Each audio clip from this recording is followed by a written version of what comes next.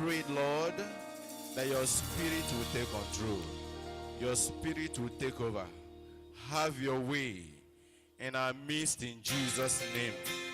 Lord, we pray that every burden, every challenge, every problem that we presented here this morning, Lord, that your spirit, your power will take care of it in the name of Jesus. No sickness, no problem, no challenge will go unmet, will go untouched in Jesus' name. Father, have your way. For we pray in Jesus' name. Brethren, let's open our mouth and begin to appreciate the name of the Lord this morning. Tell me what you see. Bible says, Nearly a billion people in the 21st century unable to read a book, unable to read. and to rejoice and be glad in it.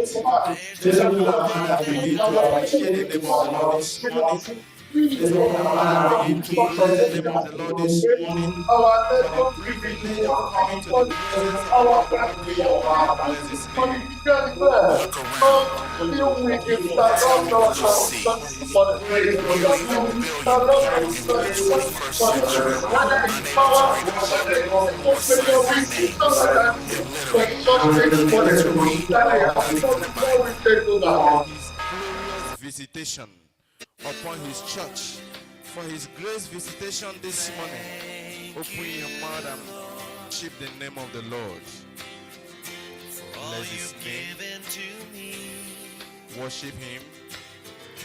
Appreciate Him this morning. For our Lord is good, and His mercies endureth forever. The Lord is good. Bless the name of the Lord for the morning dew this morning, and ask that the heavens will be open, that the dew of heaven will fall upon us even this morning. Open your mouth and call upon the name of the Lord. Open your mouth this morning and begin to the name of the Lord, that this morning we are going to experience an open heaven, that will give us open heaven, that God will give you an open heaven. Can you open your mouth and begin to call upon the name of the Lord this morning? Lord, give us an open heaven this morning. Let the dew that comes from heaven descend upon your church. Let the dew that falls from heaven descend in this place. Lord, let the dew, let the heavens dew begin to descend on every worshiper, every participant. Even this morning, can you open your mouth and pray? Can you open your mouth and call upon the name of the Lord and say, Lord, I am here. Fill my cups, Lord. Fill my cups. That everyone that will be coming here with vessels, not a few, that our vessels will be filled up this morning. Open your mouth and pray. Say, Lord, fill my cups. I lift it up. Come and quench the thirsting of my soul. Let the bread of heaven, let the bread of heaven fill me till I want no more. Fill my cups, fill it up. Make me whole. Make me whole. Open your mouth and pray. Lord, will make us whole. Every challenge that will be presented here, Lord, make us whole. Challenge of sin, Lord, make us whole. Challenge of sickness, Lord, make us whole. Challenge of captivity, Lord, make us whole. Open your mouth and pray. And certain men came to Philip and said, Sir, we want to see Jesus. We will see Jesus. So pray this morning that in this morning dew, we will see Jesus. That we will see Jesus. Jesus will come in His power. Jesus will come in His strength. We will see Jesus in His glory. Open your mouth and call upon the name of the Lord this morning. That we are going to see Jesus in His might. We are going to see Jesus in His glory. Open your mouth and pray upon the name of the Lord this morning. I want to see you. I want to see you move in your strength. I want to see you move in your power. I want to see Jesus move in His glory. Open your mouth and pray this morning. upon the name of the Lord. Say, Lord, have your way. Even in this fellowship this morning, in this morning, you, Lord, have your way. Lord, let every challenge be taken away. Every mountain of sickness, every mountain of sin, every mountain of problems, every mountain of disappointment, every mountains of delay. Lord, every mountain will be taken away this morning. Every mountain will be removed this morning. Can you call upon the name of the Lord? Can you call upon the name of the Lord? Say, Lord, every mountain, every challenge, every problem will be rooted out even this morning. Open your mouth and pray. Commit the servants of the Lord in the hand of the Lord. Say, Lord, fill him to overflowing. Lord, fill your servant to overflowing. He said, who maketh his angel spirit and his ministers a flaming fire. That the Lord will make his minister a flaming fire this morning. The fire that will come out from this altar will destroy every work of the enemy. The fire that will coming out from this altar this morning will destroy every activity, every project, every program, every projection of the enemy. Can you call upon the name of the Lord this morning?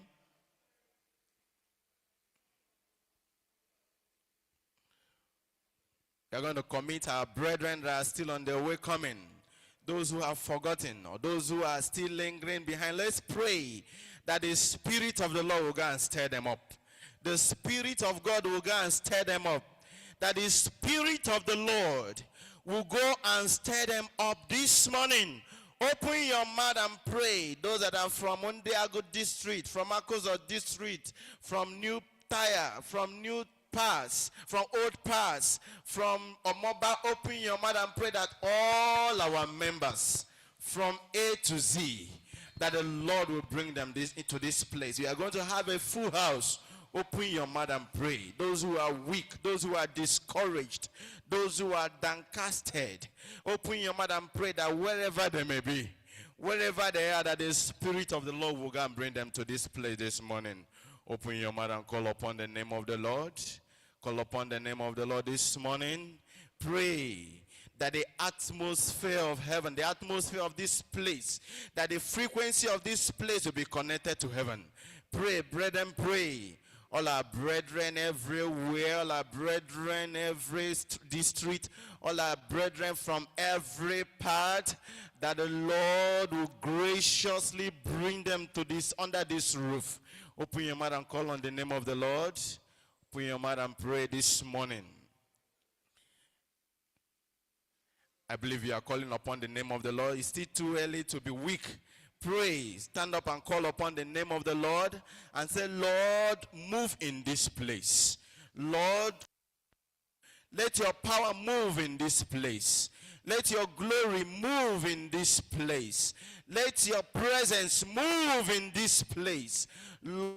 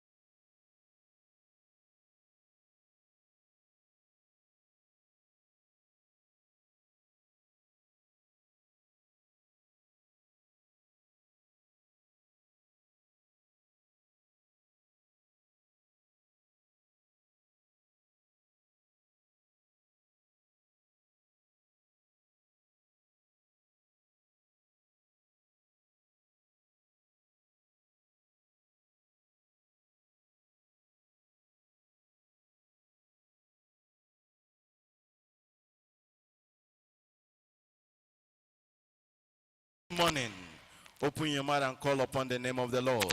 Salvation for sinners. Restoration for backsliders. Can you open your mouth and call on the name of the Lord? And pray even this morning that those who are under the captivity of the enemy, that those who are under the chain, under the fatal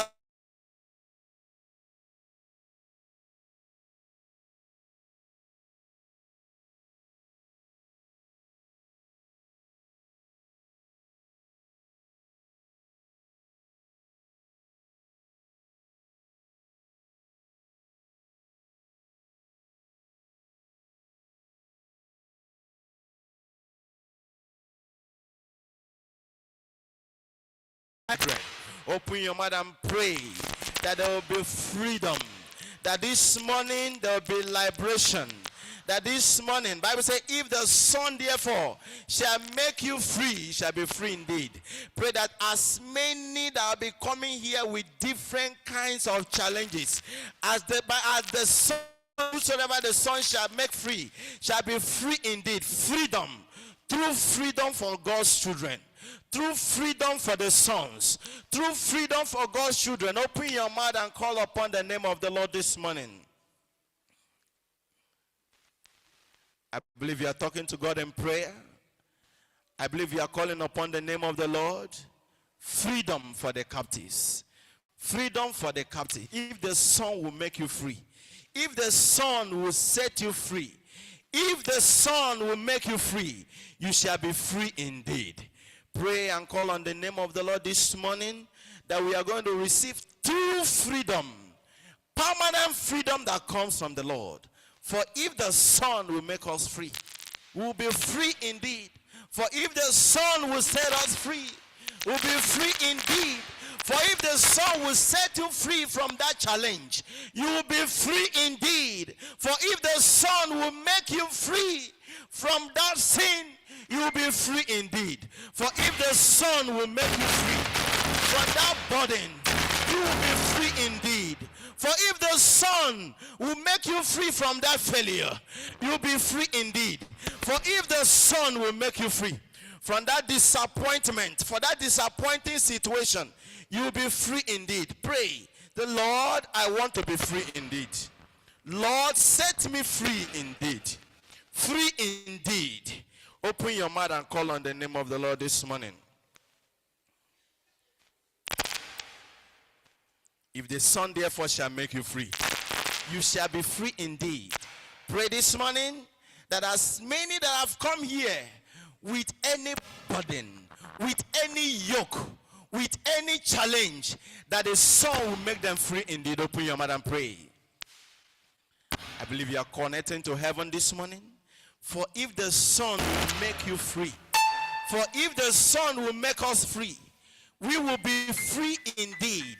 That this morning everybody will be lifted at Calvary. This morning every challenge will be dropped. Every challenges will be dropped here. For this morning every sickness will be dropped here. For this morning poverty will be dropped here. For this morning failures and disappointment, delays in every areas of life will be dropped here. Open your mouth and pray. For if the Son therefore shall make you free, you shall be free indeed. Open your mouth and pray. Call upon the name of the Lord and say, Lord, I've come here this morning for the true freedom. I've come here this morning to receive the perfect freedom. I've come here this morning to receive the resounding freedom. I've come here this morning to receive that blessed freedom. For if the Son will make me free, I will be free indeed. For if the Son will make us free, we shall be free indeed. Can you call upon the name of the Lord this morning? Can you call upon the name of the Lord this morning? Jesus is here right now. He has come to meet your needs and to set the captives free.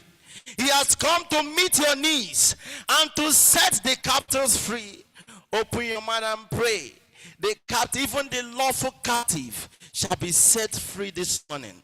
Even the lawful captive of sickness shall be set free even this morning. Even the lawful captive of sin will be set free this morning. Even the lawful captive of failure will be set free this morning. Even the lawful captive of any kind of challenge will be set free this morning. And you call upon the name of the Lord. The Lord, have your way. Lord, here am I this morning. Lord, here am I this morning. It's me, oh Lord. It's me, oh Lord, in this place of prayer. It's me, oh Lord. I've come into this place of prayer with my challenges. I've come here with my burdens. Lord, I'm not going with them. Lord, I'm dropping them here. Lord, I'm dropping them here. Lord, I'm leaving them here. Lord, I'm dropping them here. Open your mouth and pray. Can you call upon the name of the Lord this morning and say, Lord, I am here. Lord, it's me in this place of prayer. Lord, it's me in this place of worship. Lord, it's me in this place. Look at how it is with me. Look at how it is in my business. Look at how it is in my health. Look at how it is in my academics. Look at how it is in my family. Lord, look at how it is with me. Oh, Lord, I'm praying for your mercy. Oh, Lord, I'm asking for your mercy. Open your mouth and pray this morning. Can you connect to heaven this morning? Can you connect to heaven this morning? Say, Lord, here am I. Lord, here am I. Lord, here am I. Lord, visit me. Lord, here am I. Lord, touch me. Lord, here am I. I need a touch from the Master. I need a touch from the Lord. I need a touch from the Master. I need a touch from the Master. I need a touch from the Master. Open your mouth, I pray and pray. For that woman say, if I may but touch the hem of his garment, if I may but touch the hem of his garment, I'll be set free. I'll be delivered from this my predicament. I'll be delivered from this my challenge. And do myself, if I might but touch the hem of his garment, open your mouth and pray this morning. I'm going to stretch forth my hand. I'm going to touch the hem of his garment, and I'm going to be set free. I will touch the hem of his garment this morning. As he's passing by, I will stretch forth my hand of faith and touch the hem of his garment, and I'll be set free. Open your mouth and pray. Open your mouth and call upon the name of the Lord and say, Lord, I want to touch you. Oh, that I might touch you this morning. Oh, that I might touch you this morning. Oh, that I may touch the Lord this morning. Pray and say, Lord, that I may touch you.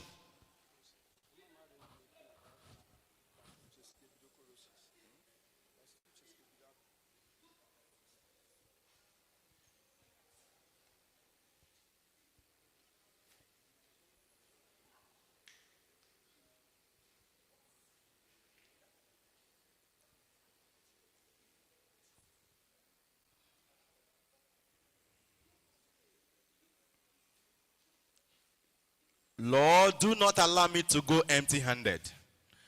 This morning, I will not go empty-handed. I will go with my vessels filled. I will go with my vessels filled. I will go with my vessels filled. Open your mouth and pray this morning. Lord will fill your heart today to overflowing. He will fill your heart this morning to overflowing. The Lord, fill my heart this morning to overflowing. Fill my vessels, not a few. Fill my vessels, not a few. Fill my vessels, not a few. Open your mouth and pray.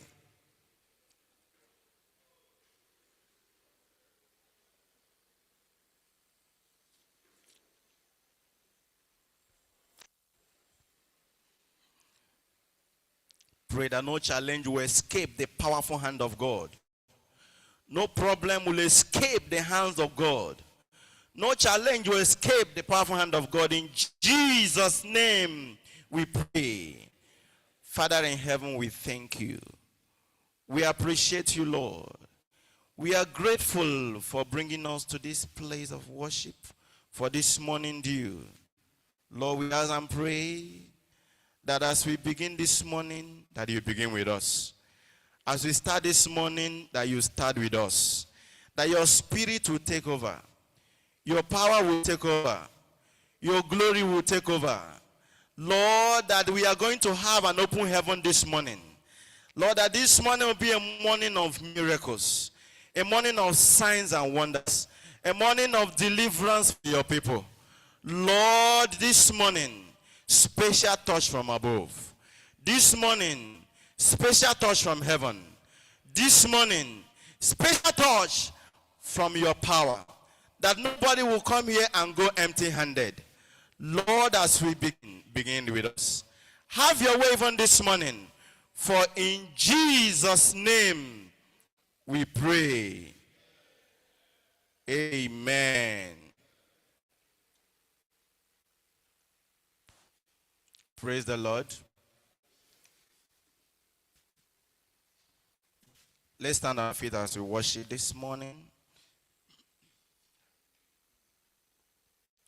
Stand on your feet as we worship this morning.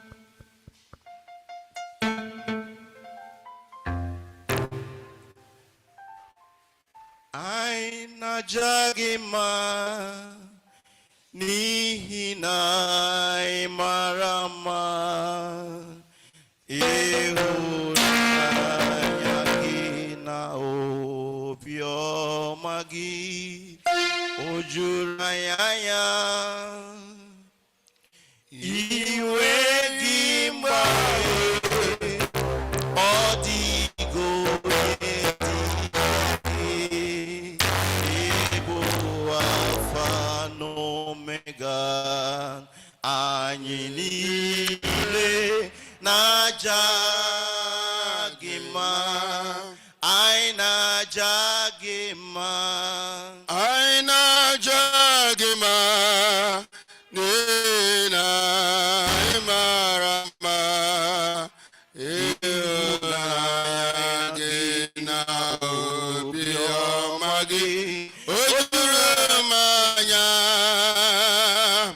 iwe gimbawe odi onye dika gị Ibu Alpha n'Omega anyị niile na-ajagima anyị na-ajagima anyị na-ajagima n'ihi na ị mara mma ịhụnanya gị na obiọma gị juru m anya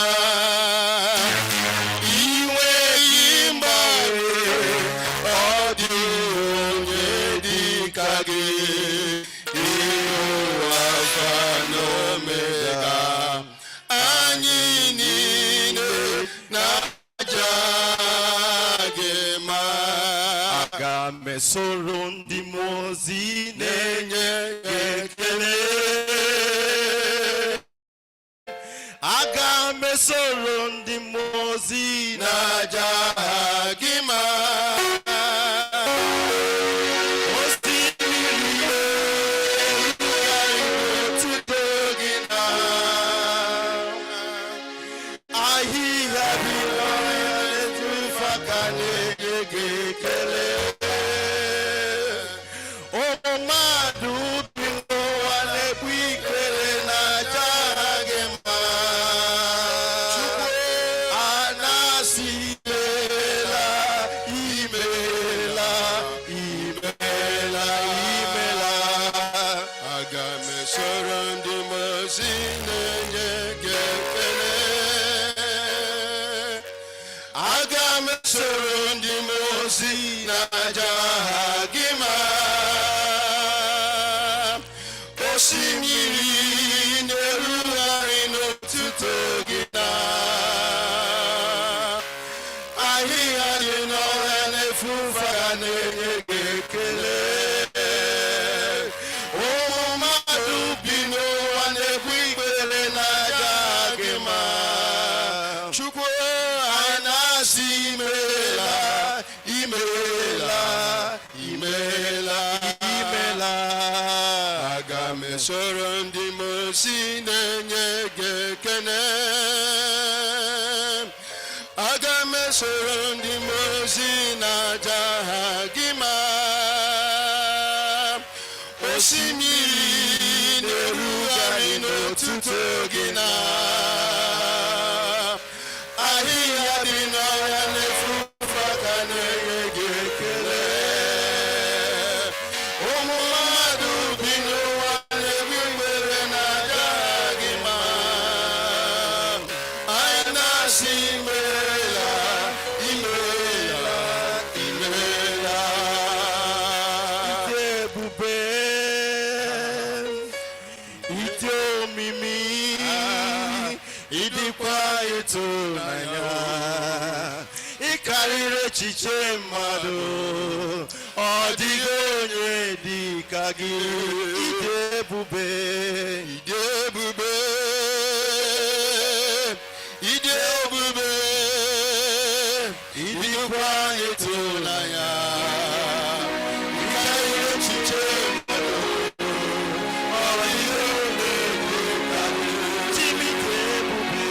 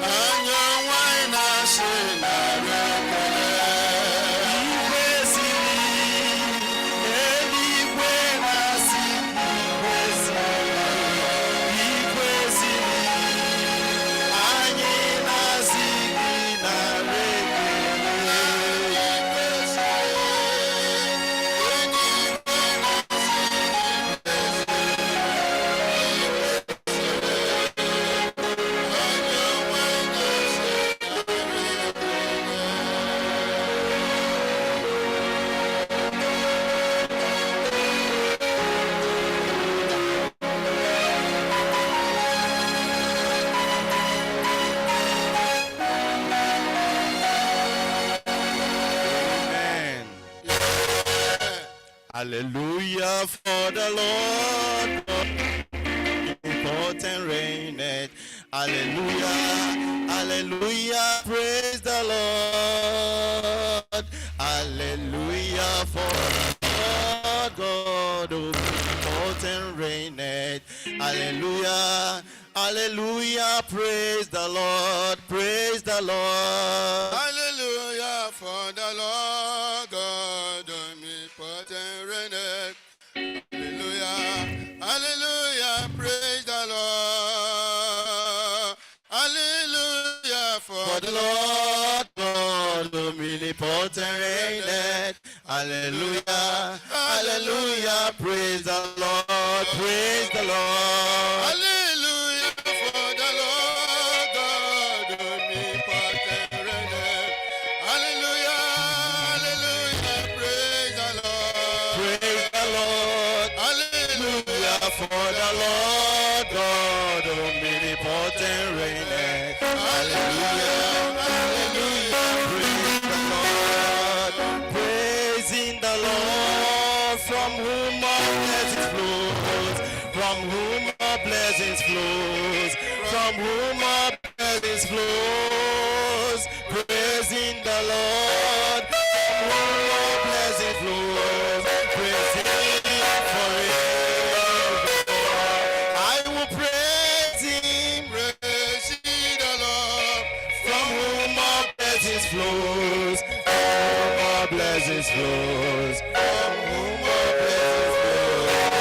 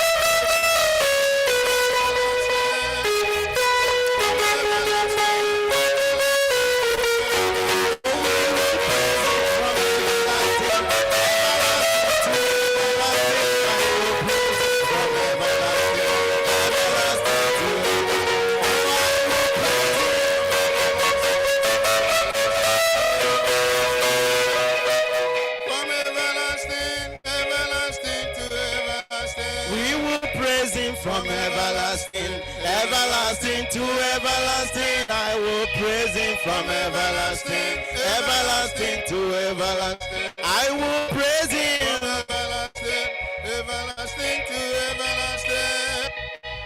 From everlasting, everlasting to everlasting. Open your heaven, let your power come down.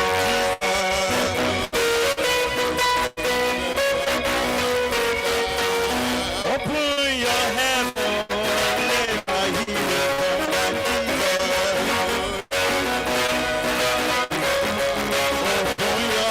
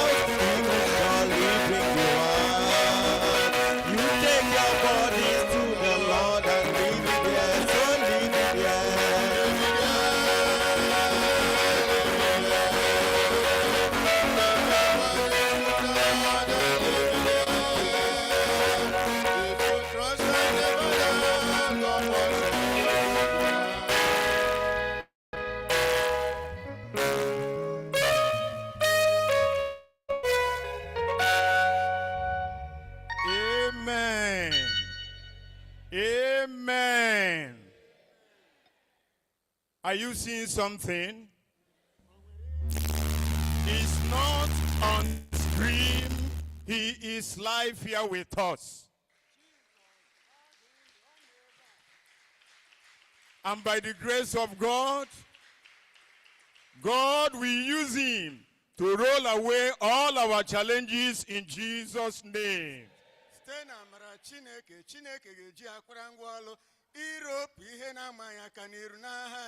Want to go on with the prayer for the nation. In the book of 2 Chronicles chapter 7, verse 14.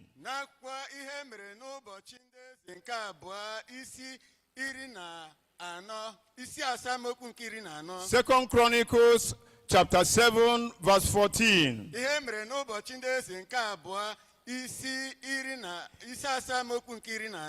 If my people which are called by my name shall humble themselves and pray and seek my face and turn from their wicked ways, then will I hear from heaven and will forgive your sins and will heal your land. We're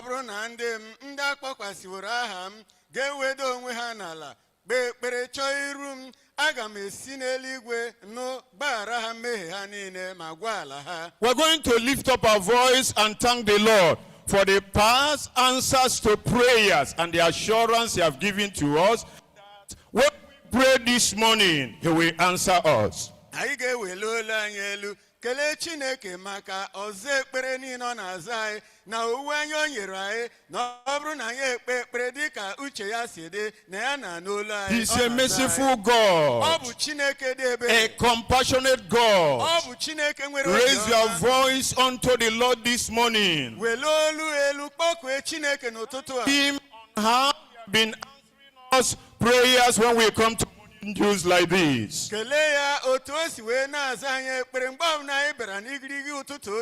have assured us this morning that challenge you came in here with, you are going to drop it at the feet of Christ. Let the people of God raise their voice and pray and call upon the Lord. Thank you for the assurance, O God. Because you are going to touch my life today. In Jesus' mighty name we pray. We're going to pray that God will have mercy upon all the people by the grace of God in our nation, to forgive their sins and also to heal our land.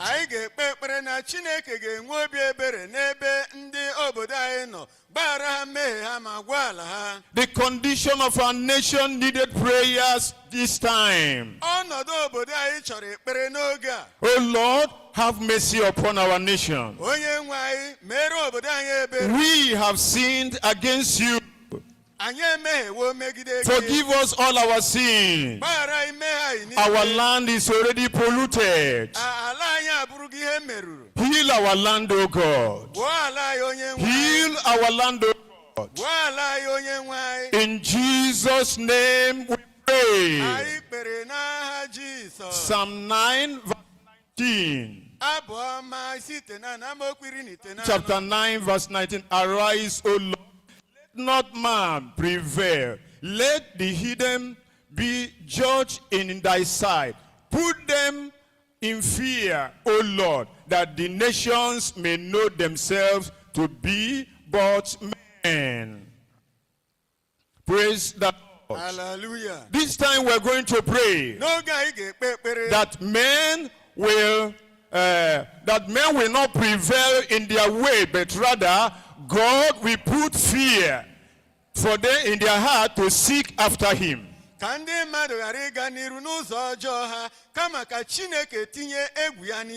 way things is going in this nation is like a state of anarchy, where people does whatever they want to do. I want you to pray that God Almighty will stop all the the atrocities that men and women have been committing. Na Chineke ga-akwụsị ihe ọjọọ dị iche iche nke ndị mmadụ ndị nwoke na ndị nwanyị na-eme. The fear of God will enter into the life of man. Na egwu Chineke ga-aba na ndụ mmadụ. And they will seek after him. Ka ha wee chọọ iru Chineke. In Jesus' name we pray. Anyị kpere n'aha Jizọs. Psalm 22. Abụ isi iri abụọ na abụọ. Psalm chapter 22 verse 27. Abụ isi iri abụọ na abụọ amaokwu nke iri abụọ na asaa. Psalm 22 verse 27. The Bible says, all the ends of the world shall remember and turn unto the Lord, and all the kindreds of the nations shall worship before thee. For the kingdom is the Lord, and he is the governor among all nations. We're going to pray and call upon the Lord at this moment that God Almighty will arise and arrest the heart of our leaders and also the citizens living inside the country, to convince them and also make them to fear God and repent from their sins. Ka Chineke wee metụ ha aka ka ha bụrụ ndị ga-aghọta onwe ha ma chegharịa mee ihe ekpere n'ikpe. Call upon the holy name. Kpọkuo onye nwe anyị. There will be a conviction in the heart of the leaders. A ga-enwe owuwe anya mmetụta nke Chineke. And also in the heart of the citizens. Na ndụ ndị bi n'obodo a. In Jesus' mighty name we pray. Anyị kpere n'aha Jizọs. Chapter 68 of the book of Psalm verse 30. Psalm chapter 68 verse 30. The Bible says in verse 30, it says, rebuke the company of the spearmen, the multitude of the bulls with the calves of the people, till everyone submit himself with pieces of silver, scatter down the people that delight in war. Amen. Amen. This moment we are going to wage war against the enemy. We are going to pray that God will overrule the power of the enemy that is working in our nation. Not only that God Almighty will scatter them. Those people that delight in war, when they see people that are blood that are being shed, they are happy. Let's pray that by the grace of God, the Lord will scatter them. The Lord will destroy all their plots. Ọkachasị ndị na-enwe mmasị mgbe ha hụrụ na a na-awụfu ọbara na Chineke ga-ebuso ha agha chụsasịa ha. All the evil agenda of the people, pray that the Lord will destroy them. Pray that God will scatter those people that delight in war. Those people that are shedding innocent blood. Those people that they are moving up and down, destroying the nation. In Jesus' name we pray. We pray in Jesus' name. In Isaiah chapter 25. Isaiah chapter 25 verse 7.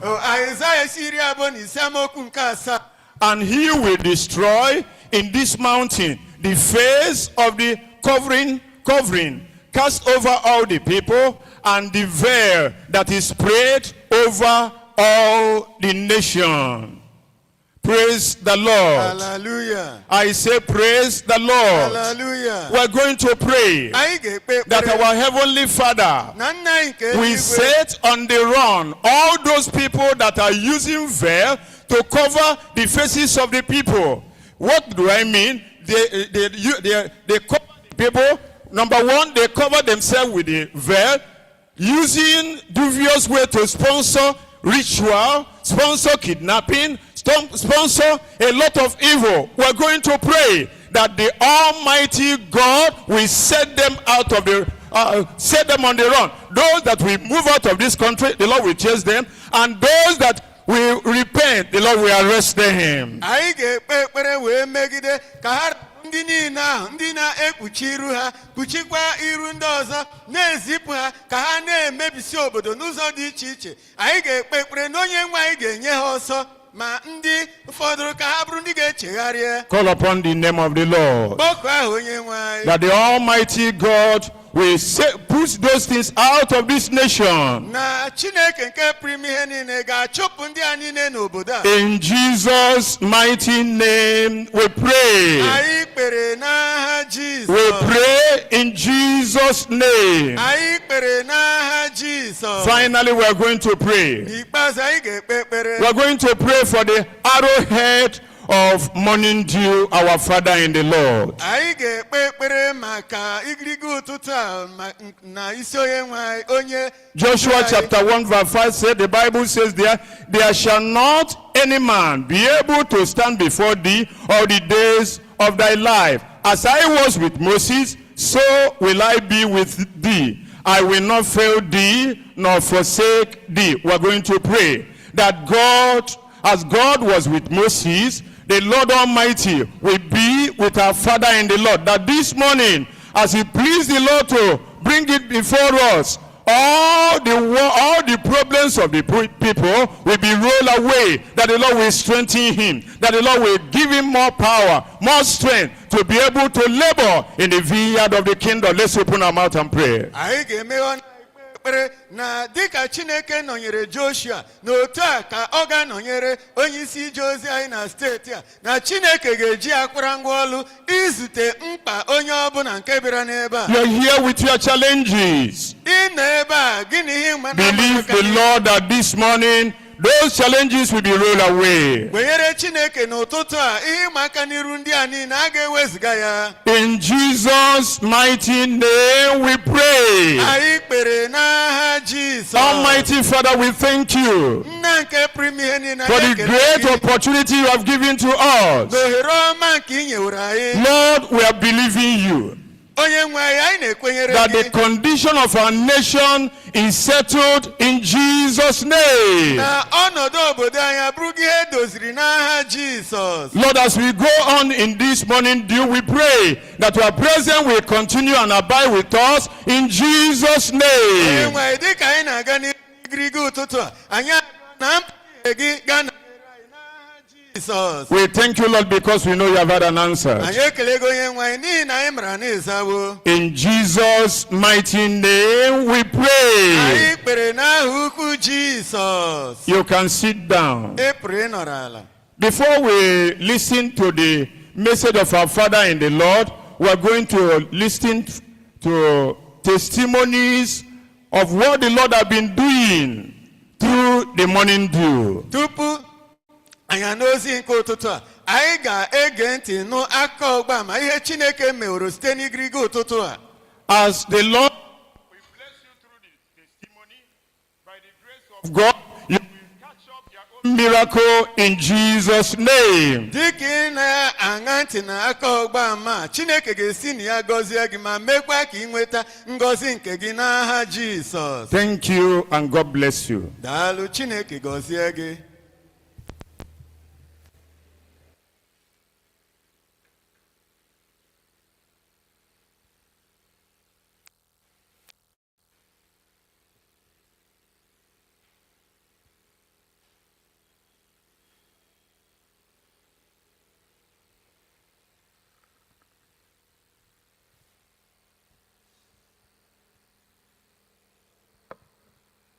You can go ahead. Okay. Yesterday, I brought morning dew. Even I respond to that Gabia. So I will say when you came to church, can the Gabia on Saturday and see no more dear Gabuchi, Mama Bia. Upon the Western one come for Gabia. Oh, we're on Friday night. My children was very ill. Maybe sickness. Gozo cannot even stand. Gozo was lying down in the bed. As God may have it, when you a little medication I give them, and I encourage myself that they will follow me to church. So Chineke will be better. I will be able. ekwensu asị m oke imechara wee bịa nsị ya yes I'm here, the burden will roll away. So ya ka ọ lụrụ nna anyị ukwu wee na-ekwu okwu Chukwu nke ọzọ asị na oyi na-atụsi ya ike nsị na mama mpụkwa na Chineke na m abịagokwa ebe a wee were obere paracetamol ntị ya tie n'ọnụ gị na God will heal you. Just believe God na God will heal you. I begin to take courage. Chineke nwere ihe na-apụghị ime na ị ga-abụ ụmụaka ya ka o lụzi Chineke eme ebere mgbe nna anyị ukwu just na-ekpezi ekpere na-ekwupụta okwu I begin to claim it by faith. Amen. Chineke wee were aka wee tụpụcha ụmụaka arụ ọkụ a ụmụaka wee were onwe praise the Lord.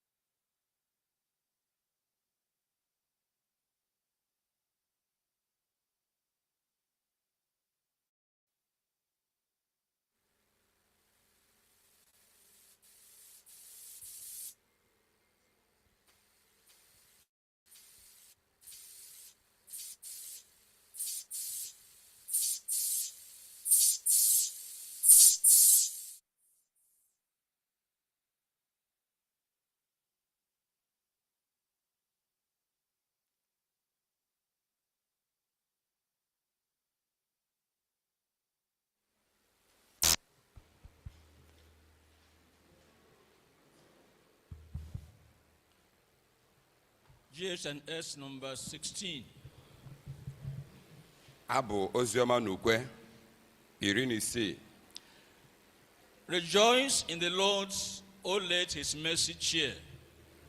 He sunders the bands that enthrall. Redeemed by his blood, why should we ever fear? Since Jesus is our all in all. Be strong in the Lord, rejoicing in his might. Be loyal and true day by day. When evils assail, be valiant for the right, and he will be our strength and stay. Confined in his promises so sure. In Christ they are yea and amen.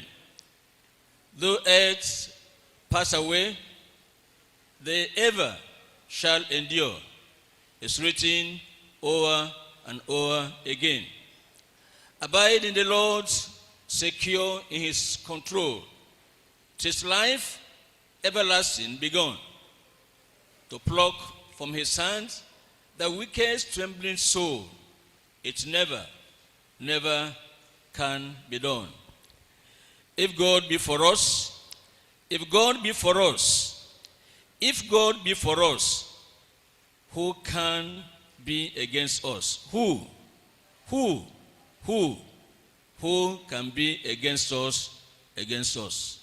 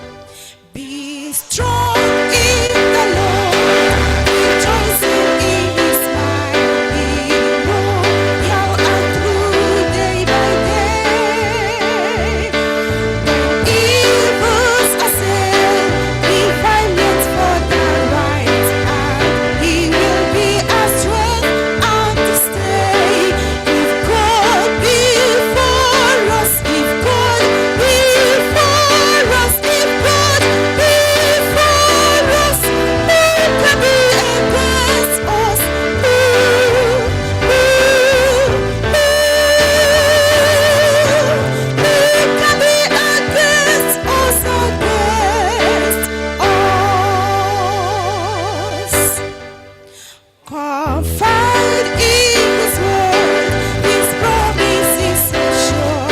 In Christ they are yea and amen. Though earth pass away, they ever shall endure. 'Tis written o'er and o'er again. If God be for us, if God be for us, if God be for us, who can be against us?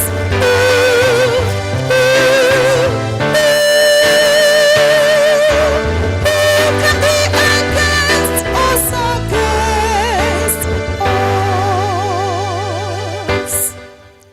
Abide in the Lord, secure in His control, His life everlasting because to drink from His hand the weakest trembling soul, it never can be done. If God be for us, if God be for us, if God be for us, who can be against us?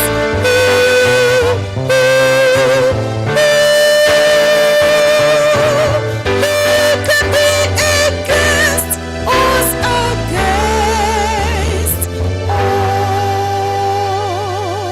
us, Amen. Amen. Let's bow our heads as we go to God in prayers. Ka ihulata isi anyị dịka anyị na-aga gwe Chineke n'ekpere. I'm sure you understand you are here this morning in God's presence. Doro m anya na ị ghọtara na ị nọ n'ebe a n'ụtụtụ a n'iru Chineke. I know I am here this morning in God's presence. Amatara m na anọ m n'iru Chineke And n'ụtụtụ a. because the Lord is here, N'ihi na onye nwe anyị nọ ebe a, everything is settled. ihe niile ga-abụ nke a ga-edozi. There is nothing to fear O nweghị ihe ịtụ egwu ọbụla dị. because everything this morning is in God's perfect control. Ihe niile n'ụtụtụ a ọ nọ na nchekwa zuru oke nke Chineke. This should be your assurance. This should be your confidence. Ka a ga-abụ owuwe anya gị, ka a ga-abụkwa ntụkwasị obi gị. Confidence that you will receive from God what you desire from Him. Ntụkwasị obi n'ime gị na ị ga-anata n'aka Chineke ihe ahụ bụ ọchịchọ obi gị. Confident in the fact that God is here this morning because of you. Ntụkwasị obi na Chineke nọ ebe a n'ụtụtụ a n'ihi gị. And this morning the Lord will bless you. N'ụtụtụ a onye nwe anyị ga-agọzi gị. Almighty God will thank you because of the privilege we have to be in your presence this morning. Nna anyị nke pụrụ ime ihe niile, anyị na-ekene gị n'ihi ohere ọma nke ị nyere anyị We ịnọ n'iru gị. know you are here for our sake. Anyị mara na ị nọ ebe a n'ihi anyị. We know you are here to do us good. Anyị ma na ị nọ ebe a ime anyị mma. We know you are here to bless your people. Ama m na ị nọ ebe a ịgọzi ndị gị. Lord, here we come, Onye nwe anyị, anyị abịa trusting that as you have said in your word, na-atụkwasị obi dịka ị kwuru n'okwu gị concerning us, banyere anyị, concerning our families, banyere ezinụlọ anyị, concerning our life and ministry, banyere ndụ anyị na ije concerning ozi anyị, everything about us, banyere ihe ọbụla you metụtara anyị. will do this morning in Jesus' name. Ị ga-eme ya n'ụtụtụ a n'aha Jizọs. Lord, we know Nye nwe your anyị mara blessings will be in line with your word. na ngọzi gị ga-adị dịka okwu gị si dị. Therefore, as we will listen to your word, Lord, Ya mere dịka anyị ga-ege ntị n'okwu gị, onye make nwe us anyị, attentive.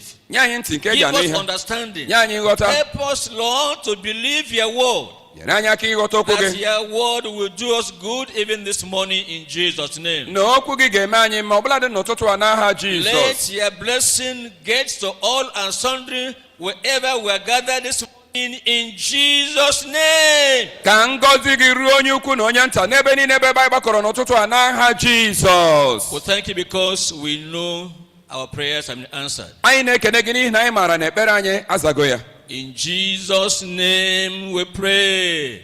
N'aha Jizọs ka anyị kpere. Amen. Amen. Please be seated. Biko nọdụ ana. This morning N'ụtụtụ a we're here again anyị nọ ebe ọzọ. and we're here in God's presence. Anyị nọkwa n'iru Chineke. We're continuing with our morning dew in the month of May. Anyị na-aga n'iru n'oge ekpere nke igirigi ụtụtụ n'ọnwa Mee. Like I told us at the beginning, Dịka m gwara gị na mmalite, we will be looking at the book of the prophet Isaiah for morning dew this month. Na anyị na-ele anya n'akwụkwọ Aịzaya onye amụma maka oge nke irigo ụtụtụ a. Isaiah chapter 43. Aịzaya isi 43. We're reading verse 1 and verse 2. Anyị na-agụ amaokwu nke mbụ na nke abụọ. Isaiah 43. Aịzaya isi 43. Verses 1 and 2. Amaokwu nke mbụ na nke abụọ. But now, thus saith the Lord that created thee, O Jacob, and he that formed thee, O Israel, fear not, for I have redeemed thee. I have called thee by thy name, thou art mine. When thou passest through the waters, I will be with thee. And through the rivers, they shall not overflow thee. When thou walkest through the fire, thou shalt not be burnt. Neither shall the flame kindle upon thee. Na amaokwu nke mbụ, ma ugbu a otu a ka Jehova sịrị, bụ onye keworo gị Jacob, nke ọkwara gị Israel, atụla egwu, n'ihi na agbapụtawo m gị, kpọkwa aha gị na ịbụ nke m. Mgbe ị na-agabiga mmiri gị, m ga-anọnyere gị. Mgbe ị na-agabiga n'ime osimiri, ha agaghị eruchapụ gị. Mgbe ị na-eje ije n'ọkụ, ọkụ ahụ agaghị ere gị. Iru ọkụ ahụ agaghị erukwa gị arụ. Praise the Lord. Hallelujah. This morning we're looking at the message, the power of Christ's presence in the burning fiery furnace. N'ụtụtụ a anyị na-ele anya n'isiokwu na-asị ike nke Kraịst n'ime ọdọọkụ ahụ kenerere. The Lord has said, fear not, for I have redeemed thee. I have called thee by thy name, thou art mine. Onye nwe anyị asịwo, atụla egwu, agbapụtawo m gị, akpọkwakwa m gị aha m. He has said again, I will be with thee. O kwugokwa ya na aga m anọnyere gị. Number one, thou art mine. Nke mbụ, ị bụ nke m. Because the Lord has redeemed thee. A price has been paid to make you his own, to buy you from the captivity of Satan. N'ihi na onye nwe anyị agbapụtawo gị, akwụwokwa ụgwọ iji wee napụta gị na ndọrọ n'agha nke Satan. When you go to the market to purchase an item, Mgbe ị gara n'ahịa ka ị gote ihe, you have paid a price for that item. e nwere ụgwọ ị kwụrụ maka ihe ahụ ị chọrọ igo. That item becomes yours. Ngwangwa ahụ ị kwụrụ ụgwọ ya abụrụzie nke gị. You are at liberty to do with that item whatsoever pleases you. Ị nwere onwe gị iji ihe ndị ahụ ị gotere n'ahịa mezie ihe masịrị gị. That item has no choice of its own. Ihe ndị ahụ ị gotere n'ahịa enweghị eziokwu nke aka ha. That is easy because that item is not alive. Nke a pụrụ ịdị mfe n'ihi na ihe ahụ ị gotere ọ dịghị ekwu okwu, ndụ adịghị n'ime ya. If you buy a goat, bụ na ị gote ewu, although the goat is alive, has life in it, ọ bụ ezie na ewu ahụ ndụ dịkwa n'ime ya, the goat is not likely to stay where you keep it unless you tie the goat with a rope. Ewu ahụ agaghị enwekwa ike ịnọ ebe ị chọrọ ka ọ nọdụ karịa ma ị were eriri ụdọ wee kpụnye ya n'onu. The goat has liberty. Ewu nwere onwe ya. The goat wants to move about. Ọ chọkwara ka ọ gagharịa. The goat wants freedom.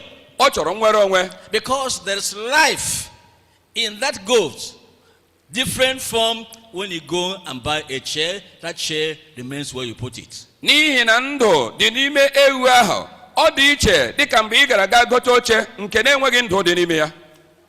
God we know is the living God. Chineke anyị maara bụ Chineke nke dị ndụ. And you and I, we were made by God in the beginning, in the image and the likeness of God. Gị onwe gị na m onwe m na mmalite ekere anyị n'oyiyi nke Chineke. Although we were made from the dust of the earth, Ọ bụ ezie na ọ bụ aja nke dị n'ala na ntụ ka eji wee we kpụọ were anyị. formed to resemble God in the dust of the earth. A kpụrụ anyị ka anyị wee dị ka Chineke site na ntụ na aja.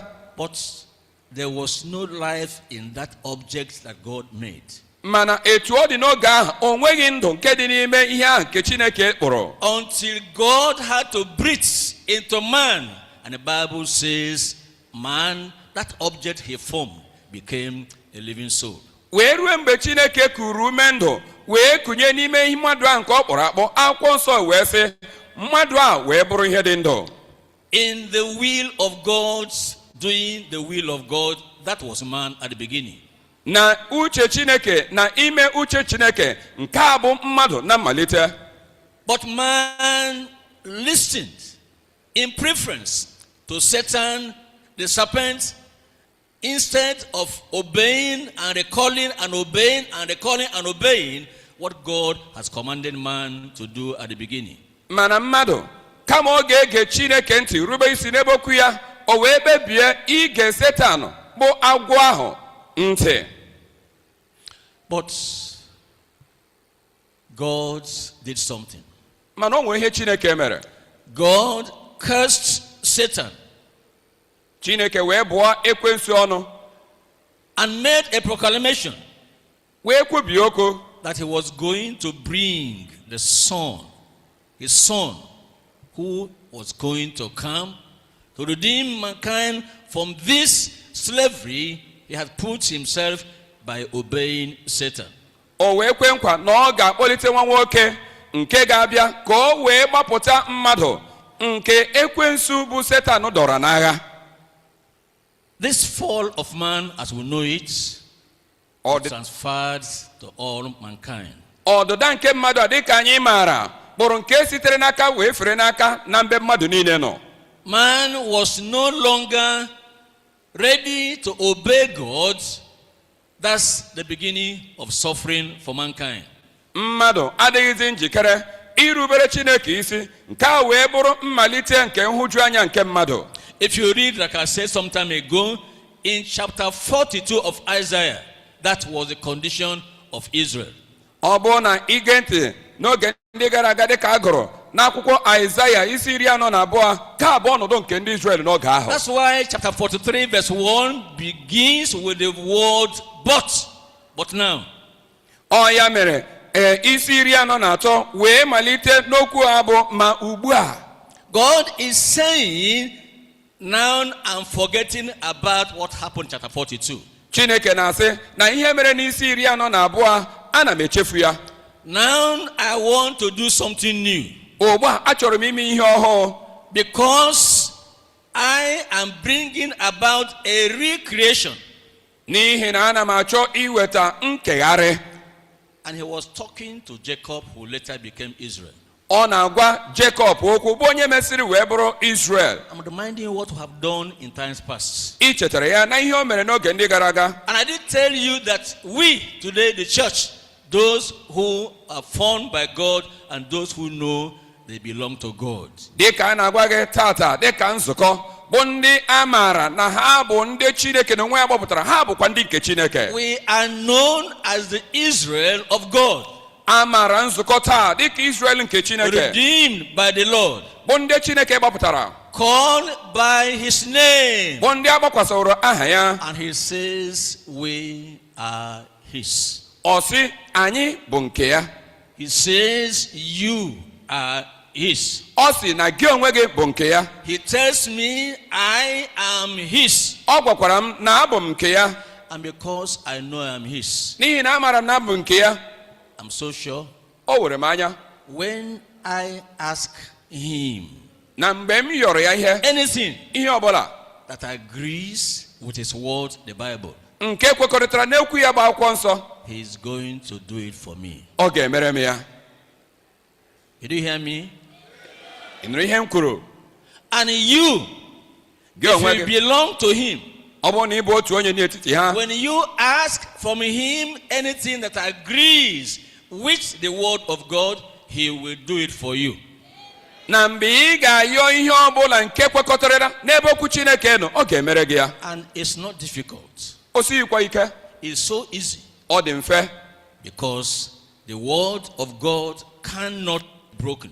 n'ihi na okwu Chineke enweghị ike ịgharịpụ. Whatever God has said, watch it, he will do it as he said it. Ihe ọ bụla Chineke kwuru, lee ya anya, ọ ga-eme ya. That is why it is important Ọ ya mere o ji dị mkpa that before we pray, tupu anyị ekpe ekpere, because you are going to pray, maka ama m na ị ga-ekpe ekpere, and you must pray in line with God's word for God to be able to answer your prayers. na ị ga-ekpe ekpere n'usoro nke okwu Chineke ka Chineke wee zaa ekpere gị. And like I have always said, Dịka m na-ekwu mgbe my niile, duty here is give you the word, oke na ọlụ m bụ inye gị okwu ahụ. and at the hour of prayers, N'oge nke ekpere, I will agree with you. mụ na gị ga-ekwekọta, Because when two of us are in agreement, maka na mgbe mmadụ na-abụ nọ na as njikọ aka touching anything that we shall ask of him here on earth, banyere ihe ọbụla nke anyị ga-arịọ ya n'elu ụwa a, it will be confirmed in heaven. a ga-eme ka o guzosi ike n'eluigwe. I want to assure you, Achọrọ m inye gị owuwe anya, as you listen to God's word, na dịka ị na-ege ntị n'okwu and you Chineke, hear what God says, ịnụ ihe Chineke and you kwuru, make up your mind to do what God has said you should do. ị kpebie n'obi gị ime ihe a Chineke si ka ị mee. Not like Adam and Eve Ọ bụghị dịka Adam na Eve that heard what God commanded, nụrụ ihe Chineke nyere n'iwu, and Satan came around ekwensu wee bịa and spoke to them, wee gwa ha okwu, confused them, wee gbaa and mgbagwoju they anya, dropped what God said ha gbarapụ ihe Chineke and kwuru did what Satan said, wee na-eme nke Setan kwuru. and trouble came upon mankind through them. Nsogbu wee dakwasa mmadụ site n'aka ha. Hear God's word. Nụrụ okwu Chineke, Make up your mind. kpebie n'obi gị, Believe God's word. kwenyere okwu Chineke, Do what God says. kwee ihe a Chineke si And gị it's mee. going to be well with you in Jesus' name. Ọ ga-adịrị gị na mma n'aha I Jizọs. say it to be well with you in Jesus' name. Asị m na ọ ga-adịrị gị na mma n'aha Jizọs. Praise the Lord. Hallelujah. The experience of the three Hebrew children in the book of Daniel describes what the Lord is talking about here in chapter 43 of Isaiah, verse 2b, concerning the power of God's presence, Christ's presence in the burning fiery furnace. Nwachapụta nke ndị Hibru ịtọ nwere n'ime ọdụ ọkụ ahụ na-akọwa ihe akwụkwọ nsọ na-ekwu n'akwụkwọ Aịzaya isi 43 banyere ọkụ ahụ nke na-erere na ya na ike nke Chineke. So turn with me now to the book of Daniel. Ya mere mepee akwụkwọ nsọ gị n'akwụkwọ Daniel Chapter 3, isi 3 reading from verse 12. amaokwu 12. Daniel 3, Daniel isi 3 from verse 12. mmalite na amaokwu 12.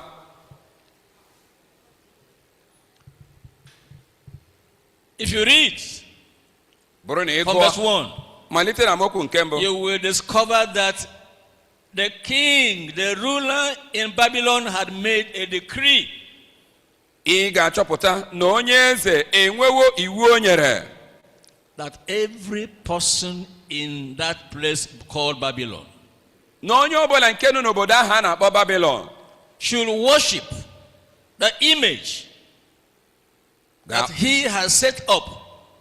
But these three Hebrew children said never. na onye ọbụla ga-akpọ isi ala nye arụsị a nke ọ kpọrọ akpọ, mana ụmụ ndị Hibru ịtọ ndị a sị mba, anyị agaghị eme ya. They said there is only one God. Ha sị na o nwere naanị otu Chineke. They refused to act like Adam and Eve did of old. Ha wee jụ ime dịka Adam na Eve mere na mgbe ochie. They had to remind themselves of what the will of God is. Ha wee chetara onwe ha ihe uche Chineke bụ That only the living God should be worshipped. na naanị Chineke nke dị ndụ ka a ga-ekpere. those who worship any other thing, they are not the people of God. Ndị na-efe ihe ndị ọzọ ha abụghị ndị nke Chineke. That's why in verse 12 now, Ya mere na amaokwu 12 ugbu a, a report came mkpesa wee bịa to Nebuchadnezzar the king. wee bịakwute eze bụ Nebukadneza. Here is the report. Lee mkpesa ahụ e wetara. There are certain Jews whom thou hast set over the affairs of the province of Babylon: Shadrach, Meshach, and Abednego. These men, O king, have not regarded thee. They serve not thy gods, nor worship the golden image which thou hast set up. That's the report, that's the offense. Ka bụ mkpesa nke ha wetara. Ndị Juu ụfọdụ, ndị dị dowere ndị isi ọlụ nke ala na-achị achị bụ Babylon, ha bụ Shadrach, Meshach na Abednego. Ndị ikom ndị a anụghị olu gị eze, chilie ihe niile ka ị na-edo na-efe ofe ka onyonyo ọlaedo nke ị guzoworo ọtọ ka ha na-adịghị akpọ isi ala nye. The refusal to worship idols, the refusal to worship any other god, that's what is going to bring always the burning fiery furnace. Ịjụ na ha agaghị akpọ isi ala nye ihe niile akpọrọ akpọ, ka bụ isi sekpụ ntị nke wetere ọkụ ahụ nke na-erere. As it was then, Dịka ọ dị n'oge ahụ, so is it today. etu a ka ọ dịkwa taa. When you say no to idol worship, Mgbe ị sịrị mba nye ikpere arụsị, when you say no to what the people of the world worship, mgbe ị sịrị mba nye ihe ndị ụwa na-akpọ isi ala nye, when you say you will not go the way of the world, mgbe ị sị agaghị m aga n'ụzọ nke ụwa, expect fire to come your way. dị njikere ịhụ na ọkụ ga-abịa n'ụzọ gị. Verse 15.